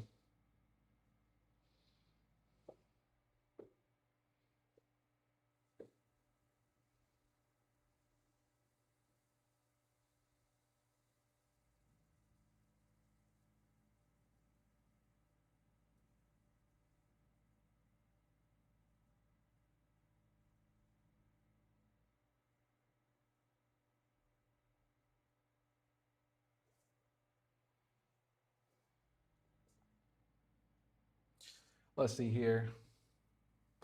Gus says coffee. Bruh. I know. A lot of people are addicted to the coffee, man. I get it. Like, coffee's life. I need the coffee. Are you crazy? Don't tell me I can't get the coffee. I know, but we're addicted to it, and the coffee does increase the dopamine levels. Now, I'm not saying that you have to never use coffee, but I'm saying is what happens is when you become addicted to it, it rewires your neurological pathways in your brain, and that's why some people they get like anxious with coffee, or they get the jitters, or like you can't. I feel like I want to jump out of my skin and do more. It you might think that it helps you with the focus, but it doesn't. Like I always use this and always use this example as well. You ever notice like when people go to prison or whatever, right? And we always see them like all of a sudden they become these scientists where they're taking a rubber band and a toothpick and they turn it into a lighter and then they turn it into uh, a rocket ship, right? Or whatever. You get what I'm saying? Like they always do this stuff, and then what do we always say? Damn, how come they couldn't do this on the streets? How come they couldn't be this smart and actually apply that mental aptitude and do it to the street, or when they were free? And the reason why is because their dopamine is so low when they're in prison. They don't have nothing else to be entertained with. So they keep themselves entertained with either more crime inside, more crap playing around, or they try to be entertained with just the mundane, the boring stuff. For us, we're just saturated with the stimulus here, right? With the stimuli. And if we were just able to focus in or be like, imagine if we were locked into a room and we didn't have a TV, we didn't have a phone, like we would love to paint. If we were in a room for a week or whatever, and we would be like, wow, you know what? I take it for granted that I didn't do 100 paintings a day. I would love to do 100 paintings a day. If you would ask somebody who is in prison right now, hey, you want to do 100 paintings tomorrow? They would be like, I'll do 1,000 paintings for you tomorrow.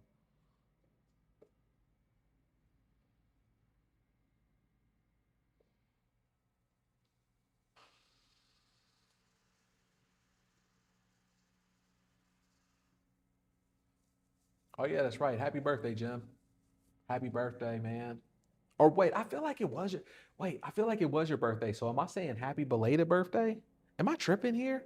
Because I remember you said, I know the age that you said you were turning, and I was like, that's a trip because you look so young. But I just feel like it was already your birthday. If it's not, then happy birthday. If it already was, then happy belated birthday, brother. Let's see here. I got up at 6:30 a.m. and I started painting by 7 a.m. here in Tennessee. I had about four cups of coffee.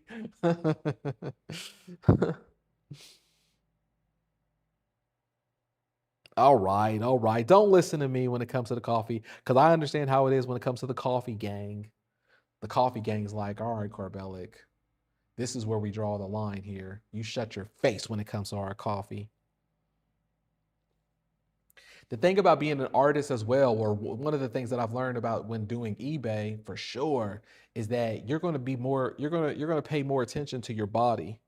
You're going to pay more attention to what your body reacts to. You're going to pay more attention to what your body feels like when it has enough sleep, or eating patterns. If you have a certain lunch at a certain time, maybe you start feeling tired, go, I'm feeling sleepy. Yeah, because you ate. Maybe certain things that you drink, or maybe if you don't drink enough water, or if you drunk too much coffee. As an artist, one thing with eBay, me being an artist, I pay attention to I know my body. I know when my body feels a certain way. But I also have to take care of my body, where I have a masseuse every Friday that I go to, because doing this with your hand every day and you're doing so many paintings, that's not healthy for your body. Like if I didn't have a masseuse and I'm doing this every single day for years, right? Like imagine what it does to my body. Why do you think I look so young? You got to take care of yourself. You got it. Like the biggest investment that you could have, the best investment that you could have is taking care of your body. I'm Hispanic. I love coffee. I know. I know. I know. Don't listen to me. I'm about to have I'm about to have my own people here do a revolt against me.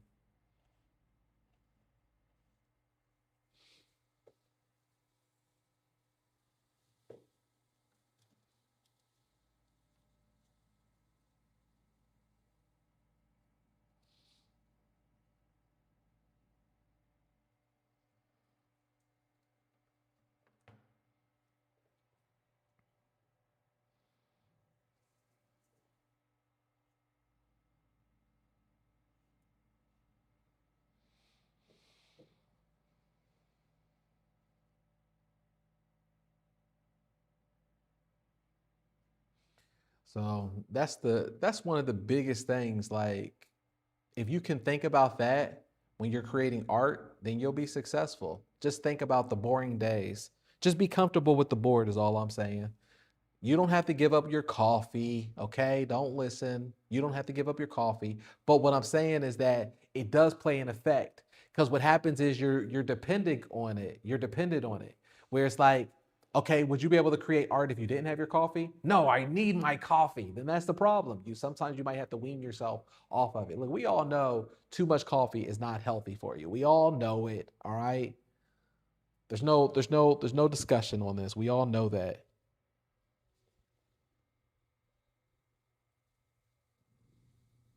You have to be comfortable with the boring, where you wouldn't need, I need the coffee to produce art.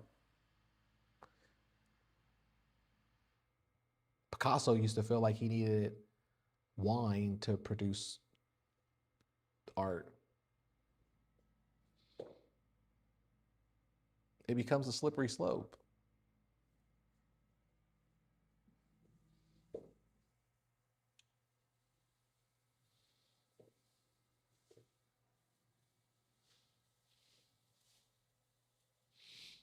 And I noticed that when I wasn't drinking coffee, because I used to think that too. I was like, I need coffee. It makes me feel more alive and awake and alive and energetic. But I noticed when I stopped drinking coffee and when I really weaned off of it, then I would have more energy. But also, it's such a diuretic where it just dehydrates your body,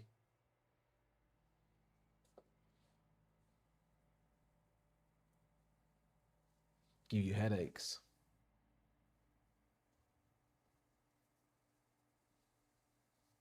Be comfortable with the board. Wean off of the dopamines.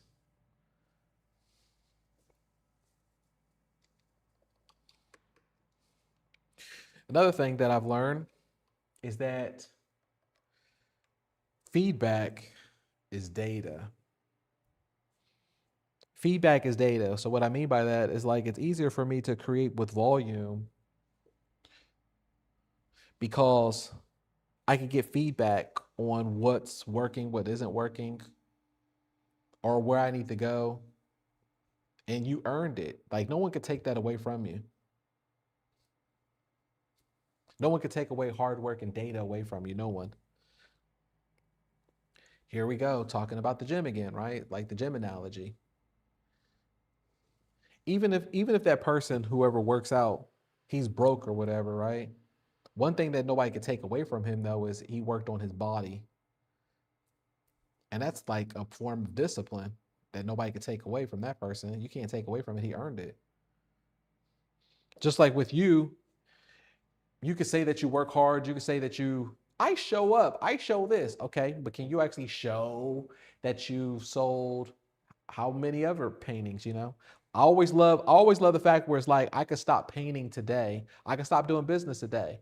But I always have the proof where I could show that I sold over 17,000 paintings just on eBay. We all seen it. It's there. It's public record. No one could take that away from you. No one could take away the work from you. It's easy for you to go to your wife when you're done, or your husband when you're done with your studio session. You'd be like, I worked so hard, honey. Oh, that's good, honey. I'm glad that you had a great day. You worked so hard. All right. But do you have the proof for it? After a while, are you going to have the proof for it that you showed up to work, that you actually did it? And can you be comfortable doing that without even having to show the accolades of, until I started this channel and I started my coaching, I didn't even know that I sold over 17,000 paintings.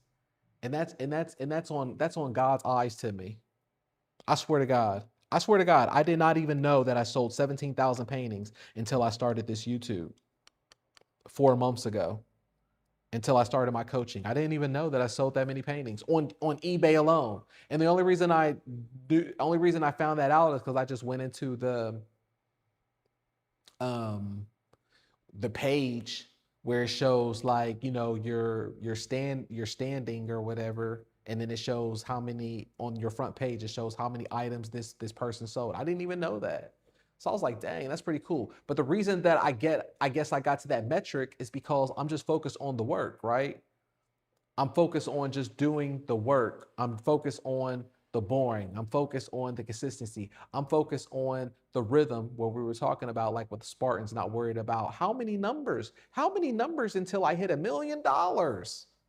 17. It's going to be for you to hit $1 million, you got to hit 4,000 paintings, 8,000. How would I know? I don't even know the numbers. I don't know the numbers. And can you do that? Can you do that? Can you be able to sell that many paintings, more or less, without having to go, well, honey, I did this. This is the work that I did. The data is going to speak for itself. Can you earn the data? Can you earn where someone says, hey, did you go to the park to work out? Eventually, when months go by, the words aren't going to mean anything. Let me see your body. Okay, you still look the same. You're not selling no work. Are you doing the work? No one can take away what you earned. So that's another thing with life that I've learned, is that a lot of times it's not about what we say, because the things that we say, our brain doesn't understand the difference between us speaking it and us doing it. So a lot of times it's just better for you to actually just do the work instead of speaking about it, so you can actually accomplish it and actually feel great and get a natural dopamine from the work.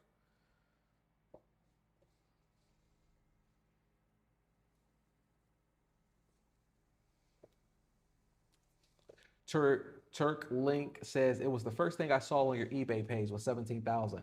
And exactly, it's like, but this is the thing that's going to be cool about it for you as well too, when you get to whatever point that you're at, is that I can't go inside of eBay's sophisticated software and make them give me the data that I sold over 17,000 plus paintings. I can't do that, okay?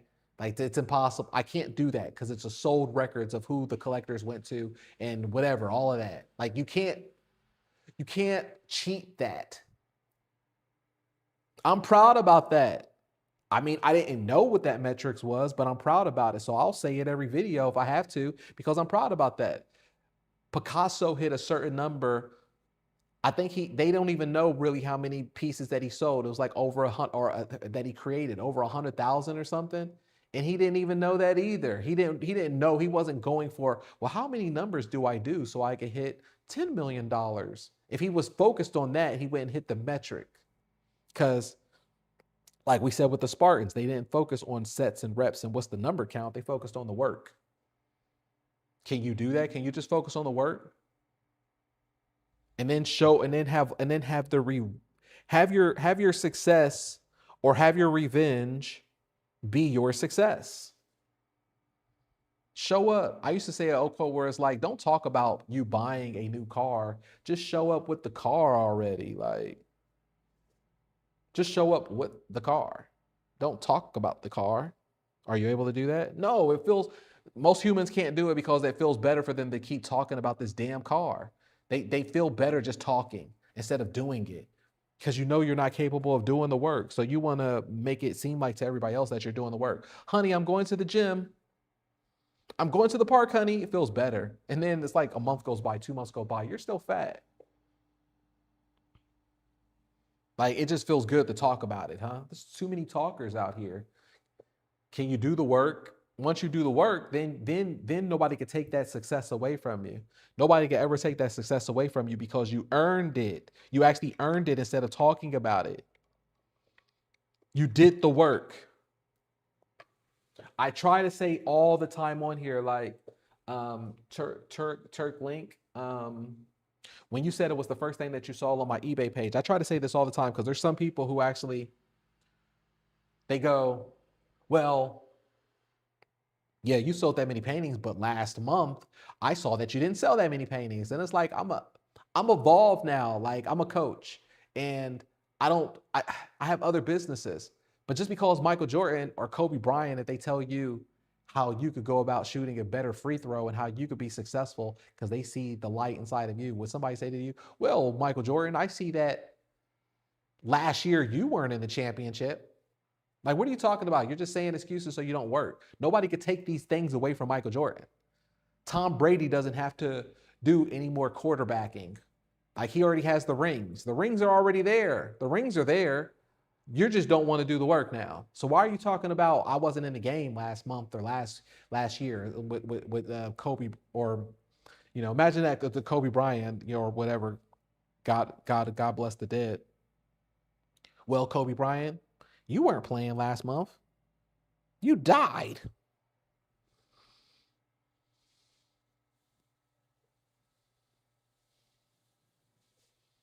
Hey, Treasure Maze. Get to the point in your life where your success speaks for itself. Start having metrics where nobody could take anything from you.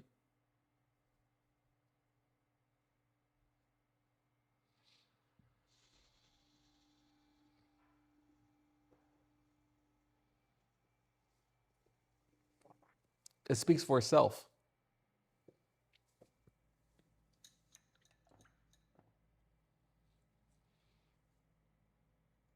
That's the things that you aim for. You aim for just doing the day by days, and that's how you'll get there. That's how I was able to get to that 17,000 by me not even noticing after all these years that was the number. I didn't even know that until, because I'm not paying attention. I'm not day trading the numbers. Other people won't get there because they day trade their numbers too much.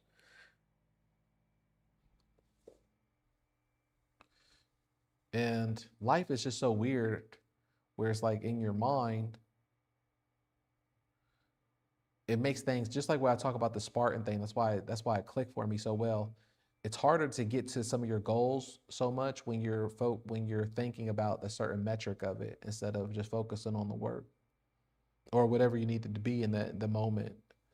Or it's so much easier for me to just go jogging or do my hiking trail when I'm just focused on, at least I'm here and I'm just going with the motion, whatever it is. I'm just here. There's no rush. There's no rush. I think that's pretty much what I'm trying to say. Like, there's no rush. If you start putting these things in your mind, as long as you still work the time that you're doing, what we talk about with the 90 minutes, and do your paintings in 10 to 12, and you're being comfortable. You're being comfortable in the moment. There's no rush. The success will hit you, and then it happens. It's only when I always try to rush stuff, it's like my focus on when I'm rushing, and my focus is that I don't have right now. So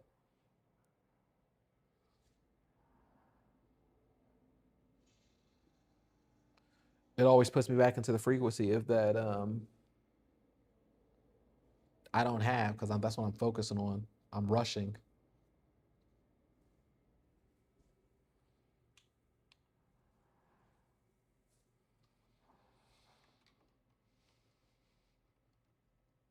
But also at the same time, by me working within my time frame of what I have as long as I'm being accountable and I'm working within the 10 to 12 minutes on each painting, when I'm not live streaming, of course, then I get more data, and I could get better by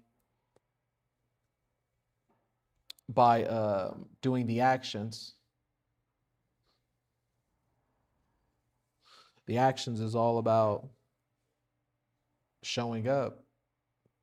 And then when I'm doing the actions by going faster, that's how I get better. It's like those are the happy mistakes.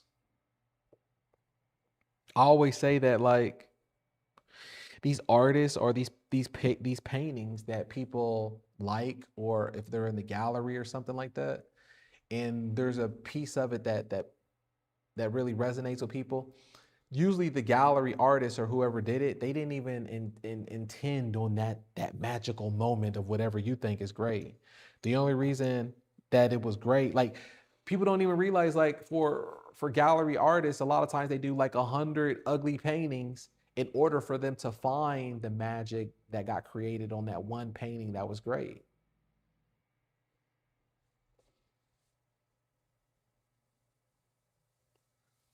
People think that we're in this magical world where there's people out there creating lightning in a bottle every single time that they show up to work.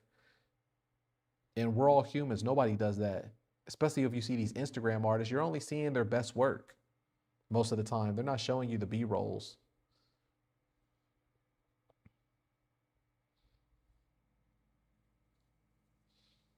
They're not showing you the work that what got them to get to that one great art piece. But us, on the other hand, how we work, we're so transparent that we even sell our ugly pieces. We put it all out there.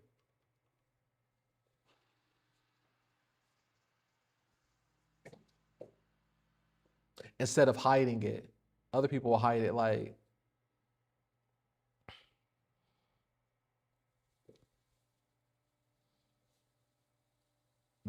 they're great in everything that they do, and it's not. And you have to be comfortable with that too. But that's all it's just about putting in the action and knowing that it's not great. The action is that saying to myself, that's why I always say to myself, hey, I'll do 100 paintings today and hopefully I like one of them. That's fine. That's cool. I think that's cool to say. Because that's how art usually works. All right, there's our sunflower right there. Look at that. Isn't that cool? Isn't that beautiful? Let me know what you think. Isn't that great? All right, it's layered, it's fun. People love it. And all of these are gonna look so cool too, and they're gonna look so beautiful once they're mock framed up how we do it, right?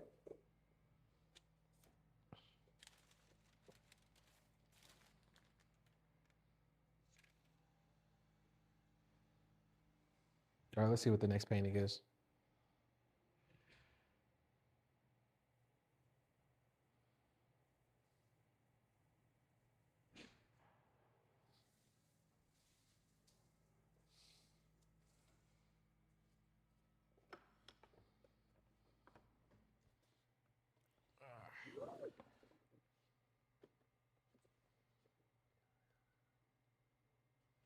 Yeah, yeah, yeah. Yeah, yeah, yeah. Hey, what's going on, Vision? Yeah, yeah, yeah.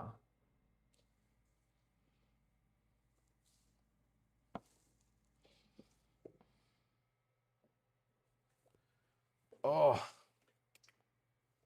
all right, let's get this going.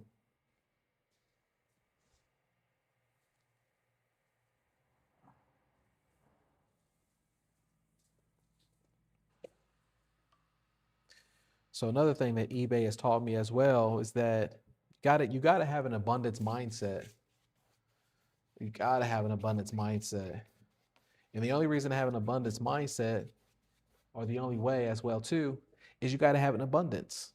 So for example, I'm able to create more pieces of art and I'm able to make more money as long as I know that I ordered enough canvases. I have the bulk of them ready.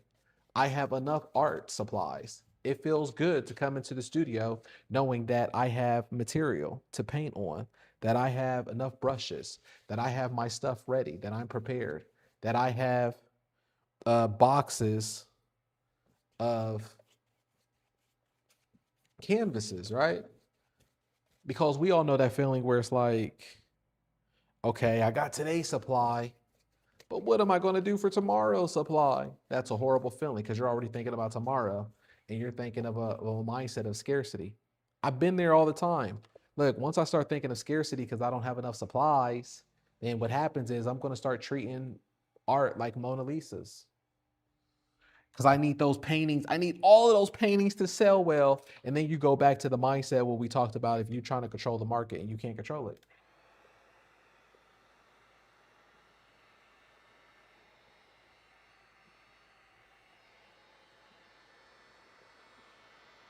Treasure May says, how does the image go into the projector? Is it a laptop or a phone? It's a laptop. I use a laptop. I have a video of how I break that down.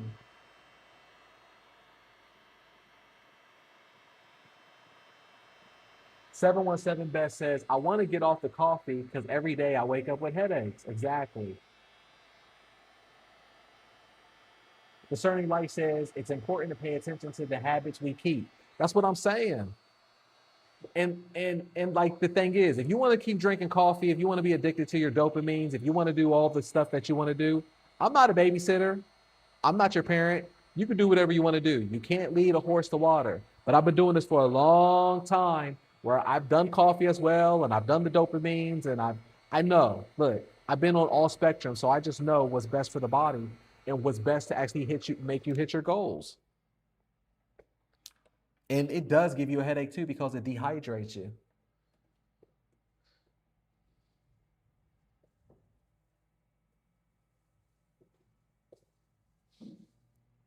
As crazy as it sounds, I used to be one of those type of people where it's like, no, the coffee actually makes me better in my creativity, and it gives me the energy that after a while the coffee is going to crash you regardless. If you have too many of it, you're going to get to a point of your day where your energy is not going to be the best. Then I've noticed when I just been on the water, and what I do as soon as I come into the studio every single day, because we've already been sleeping, right?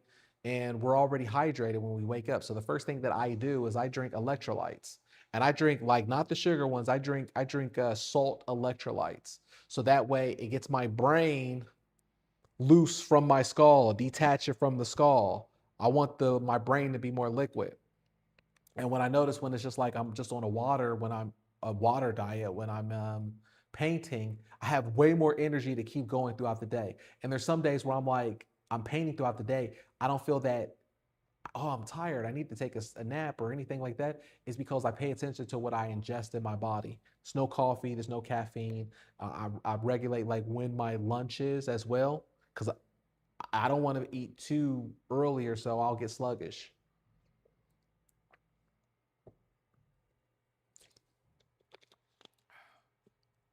Levon says, hi, do you design the projected image beforehand? Is it not double work? No, because I get my references off of AI, or I use previous paintings that I've done before, and I'll project that too. Don't reinvent the wheel. Just because you painted something one time doesn't mean that you can't reprint it, paint it so many times. I repainted so many different things that I've done before, so many different times, and it's okay because every time that you paint something, it's never going to be the same.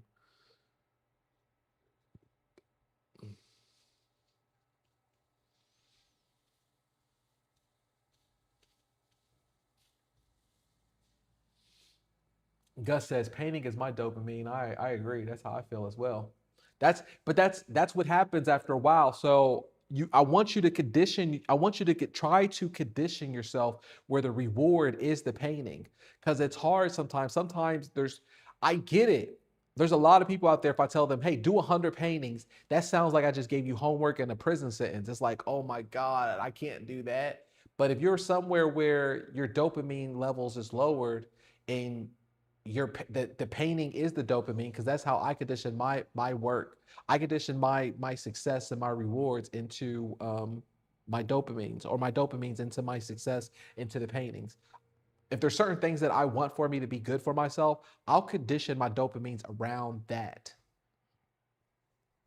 That's how you become successful. These are the things that they teach in millionaire mindset courses and coaching. These are the things that they teach. I'm giving you these gems for free. And sometimes when you give gems for free, people don't value it or understand it because they're not paying $10,000 for the course for it. But if you were, then you would already have the placebo effect of being like, I'm gonna take everything he says for granted, or I'm gonna take everything that he says as word is bond. What's the name of the blow dryer? I use a Wagner.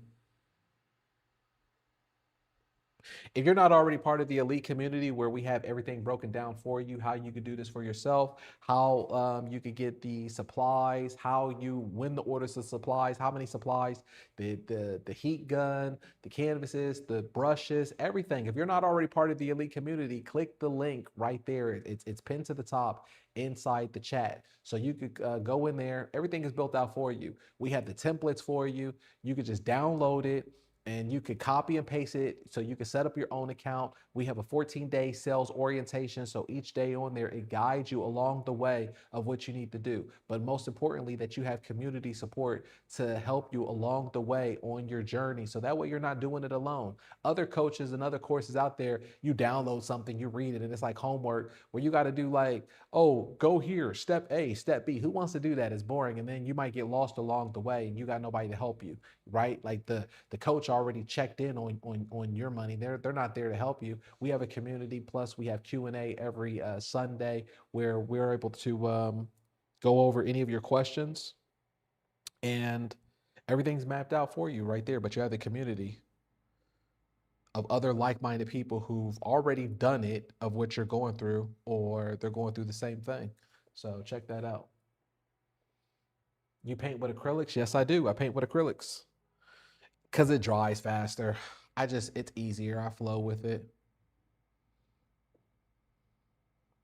And I also break down what kind of paints that I use as well and everything inside the elite community. So just check it out. Check it out and send me a message. Look, I got a promo going on right now where if you join the VIP, then you could get a free projector. You will get a free projector. It's not that you can. It's not no random straw in the hat. If you get the VIP now before Saturday, then I'm going to send you the same projector that I use, the same colorful projector. And yeah, I'll send that out to you the next day. But that's just till this Saturday. That's how much I believe in my coaching, but that's also how much I believe in you. There's no other coach that's going to do that, that's going to try to meet you halfway because they believe in you. Let's see here. Crown Target says, not to mention those courses often include having to take off of work from your job, travel across country on an airplane, to pay for a hotel on top of the price for those mindset meetings. Exactly.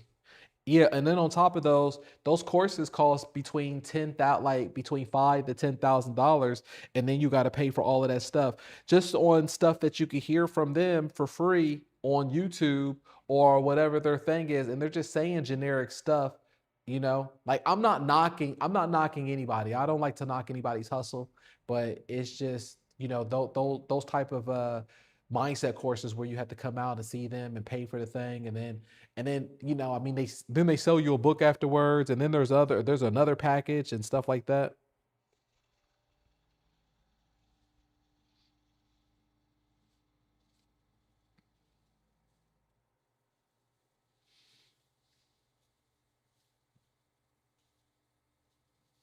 But I'm not knocking anybody's hustle either, because because when you pay when people, because even billionaires and millionaires, they have a coach as well too. You got to get on somebody's program. To be successful, you got to get on somebody's program. You can't do this alone. And just like people who, when they finally join the elite community and they're like, I'm glad that I did this because you saved me years of time. There's things that I wouldn't have known. Here, I would have just been, I think it's as simple as signing up to eBay. And then you mess your whole account up. You get an MCC 77 where you get suspended or you get your accounts froze and you don't even understand what you did wrong. You're losing out on money. You're messing up the listings. You're giving out free stuff. But so many times people are like, you saved me years. I would have never known how to do this. And you're guided along the way because there's a 14-day process of you setting up your account, getting your first listings up. And then on each day, you also have where you have the community that's in there where you could choose an accountability partner to somebody to do it with. Or you could just ask the community if you have a question along the way. Or if not even that, we have like a built up ecosystem at this point where any question you could just type it up at the top, and then someone's already asked that question in the community, or we already have a lesson course in there where I break it down in video of how to go through it, whatever your question is. No one else has stuff like that. And sometimes the course is only 90 minutes exactly.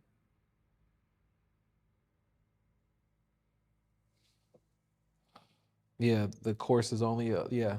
And then the course is only 90 minutes, and then if you want more time with them or something, you got to upgrade, stuff like that.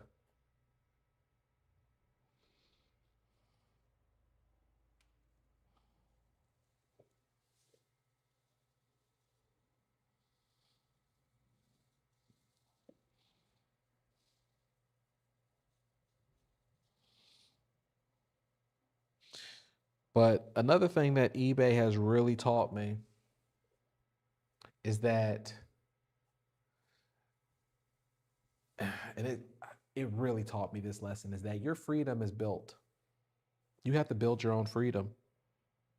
There's no going backwards. The only way you could go backwards and the only way that you could go in the past to fix a wrong is to go forward and to be successful and to make the money. There is no going backwards. If you want your freedom, if you want your weekends, if you want then the days that you're working, you show up to work and you do to put the work in.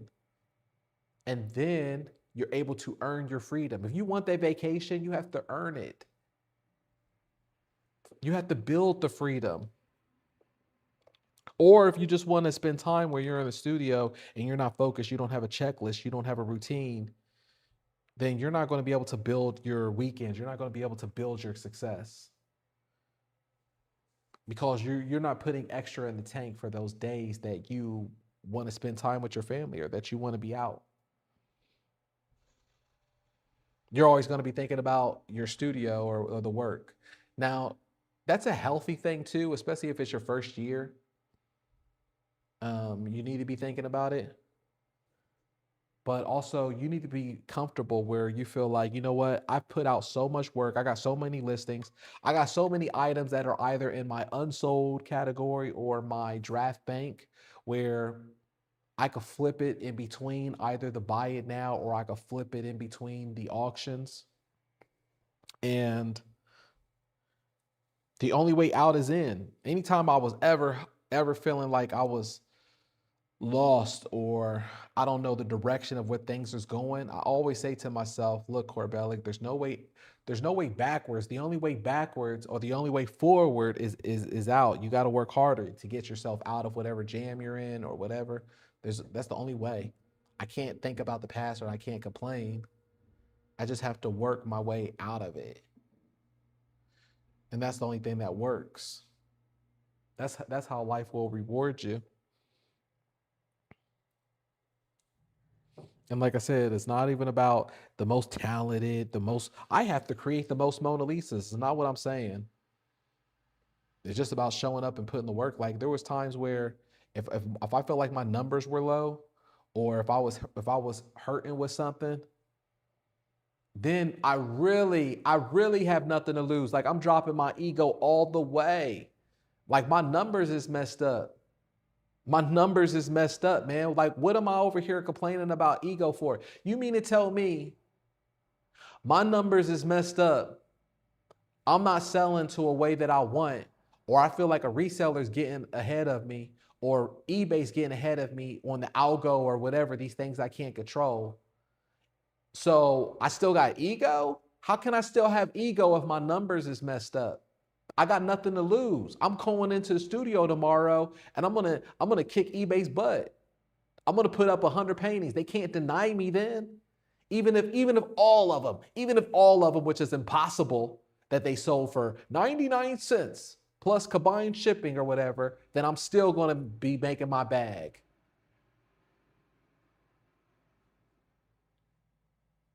My numbers is messed up, but I got ego still. No way. As soon as my numbers is messed up or I feel like I needed a way out and I needed that grind out, then that's when I'm in work mode where my mind is like, there's just no way.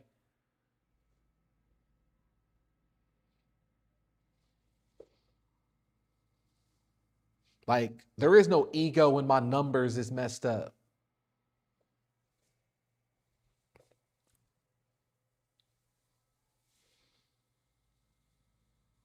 I'm willing to put it all to the side and get the work. I don't care. And then I even put in my mind, I don't even care. I don't care about these collectors and whoever. I don't care. I don't care if like I'm gonna create ugly art then. I don't care. I'm gonna do it. My numbers is messed up, but I care more about my feelings. The market don't care about your feelings. The game still goes on without you. The game still goes on even if you're in a hurricane, a fire, you lost it, whatever. The game still goes on. Who you gonna cry to?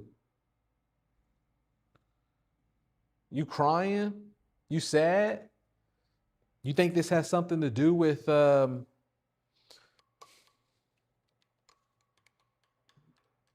sometimes I want to say like when certain people is in their ego still or their feelings is in their numbers, I say then go home and quit then. Quit. Where you gonna go? You gonna quit? What you gonna do then? Then quit. I don't have sympathy for you, bro. I had to work. I have 17,000 paintings that I sold. Like I know what the hustle is. Why are you talking to me? Like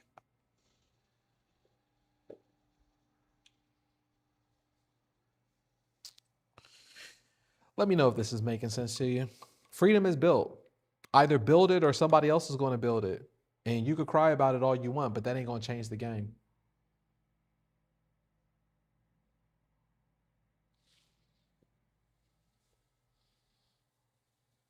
It has nothing to do with anything. It has nothing to do with.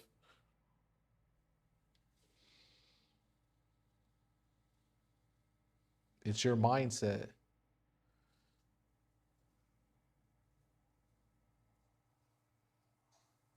If you don't want to work and you don't want it, then just say that.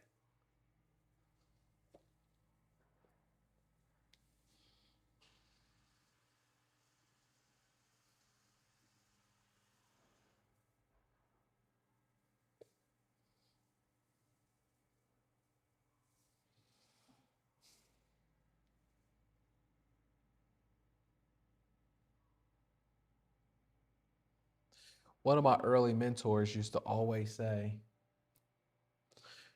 he'd be like, you think you're working hard? You think you're doing something? You ain't working hard enough. If you think that you're working hard, you more than likely, if anything, you're just not working hard enough.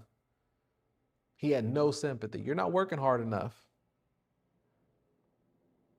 Like, whatever you think you're doing, it's not enough. You're not working hard enough.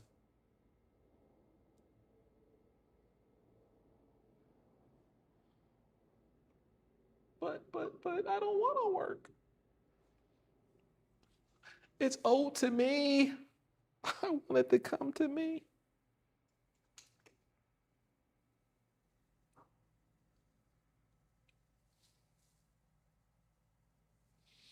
The secret, that's so true. I like that. The secret of getting is giving. And that is so true. You have to give. Like, I I had this discussion with God where he was talking about this course. You had to give. But also that's life, especially. That's another life lesson. See, that's a great life lesson right there. Is like when it comes to eBay, I know it's always going to come back to me because I gave so much. I've sold over 17,000 paintings on eBay. You know how blessed I am? You think all of those sold for $1,000? No, they didn't. A lot of those were like giveaways and stuff too. A lot of those were maybe some of them were low price or whatever. And then a lot of them were good prices too, and I got commissions out of it. I made over $1 million from eBay alone.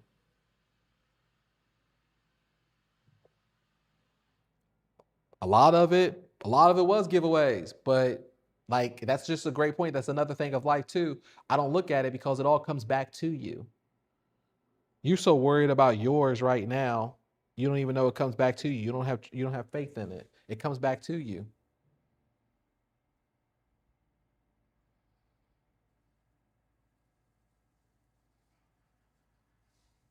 That's why I'm so blessed. I'm like I usually you make a joke about it. I'm like I'm so blessed because I have art that's everywhere in the world. Like, you know how much art that I got out there? I'm so blessed because I gave a lot of art away. I could stop doing art. I could stop doing art right now. I could stop painting right now. And I put myself in a situation where I'm blessed because I gave so much over the past 8 years. Giving is getting. The secret is getting is giving. So true. All right. So that's our last painting right there.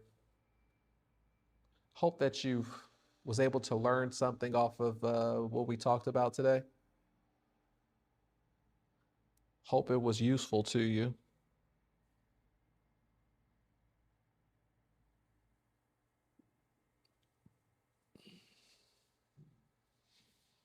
Of the lessons that I've learned.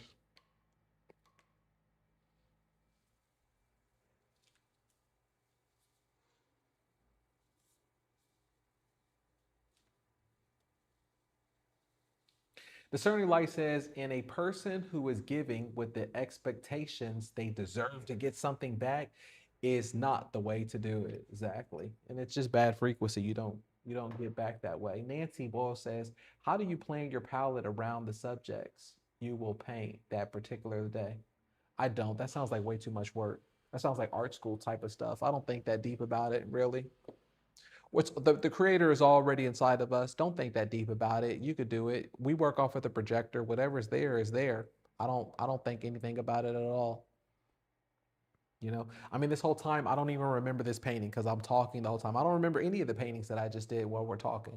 That's what we're talking about. It's like okay, so when I'm talking and I'm doing these paintings, I'm really not thinking about it at all. That's how I think about art when I'm showing up to the studio. I don't think about any of it because, like I said, we work off of how we do the Spartans don't think about the reps, the number counts, the palette, the preparation, and all that. We just focus on we're showing up and we're doing the painting. We're doing the creator is already inside of us. That's why this isn't an art class, because we're all creators. We all have it inside of us. We all do it. We work off of the projector. The proportions is there. So just be a child of whatever the colors it is. You can't go wrong. The beauty is already there. God had already created the artwork. All right. So that's what I got right there. Look, this is what I do before I close it up. I take out this spray bottle and look, I ice it down. This is what I call when I say I ice it down. I spray water on it. So, because I can feel when it's like a little bit dry, like a little bit, and I make sure I get my palette a little wet too. So this is what I do when I ice my acrylic down, and then I put the lid on top. Oh, let me grab it. My legs, I need to stretch my legs out. That's another thing too. Make sure you take care of your body. That's what we were talking about. Make sure you take care of your body, stretch your legs out. I'm gonna put the lid on here. And boom, that's what we got right there. So that was today's show. Look, I had fun on this one. I always have fun on this. It's like I get to talk. I get to tell you the things that I've learned. We get to talk about life, philosophy, or it's like we're all painting at the same time. Look, I felt your energy today.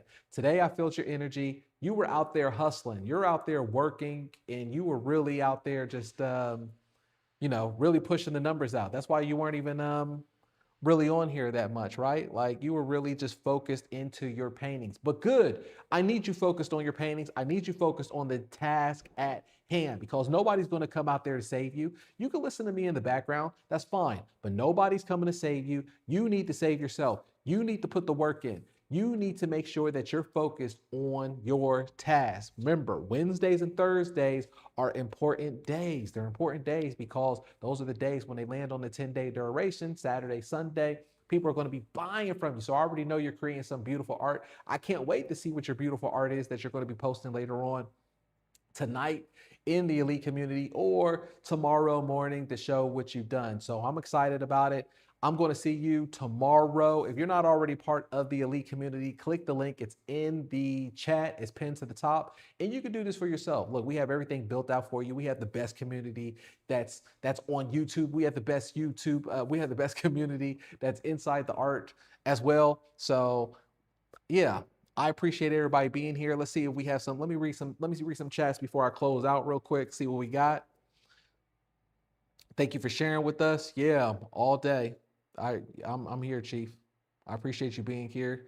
Thank you. Sign your painting. Oh yeah. Thank you. Let me sign my painting. Boom. There we go. Oh, here. I apologize. There we go. Let's see here. Great work. Love you. Thank you. I love you too. I'm saying, look how much his paintings are worth. Working, not chatting. Thanks heaps for an awesome painting session. Thank you. I appreciate you. I appreciate you. I appreciate you. So much fun. This is a beautiful one. Oh, look at the layers on that, huh? Like I could eat off of that. Yeah. All right, so I'm gonna check you out tomorrow, and then yeah, we're gonna have some fun. If you're not already part of the elite, join us and have some fun. Get some sales out there. All right, this generational wealth is coming. Now you can take care of yourself, take care of your family. I'll see you tomorrow. I appreciate it.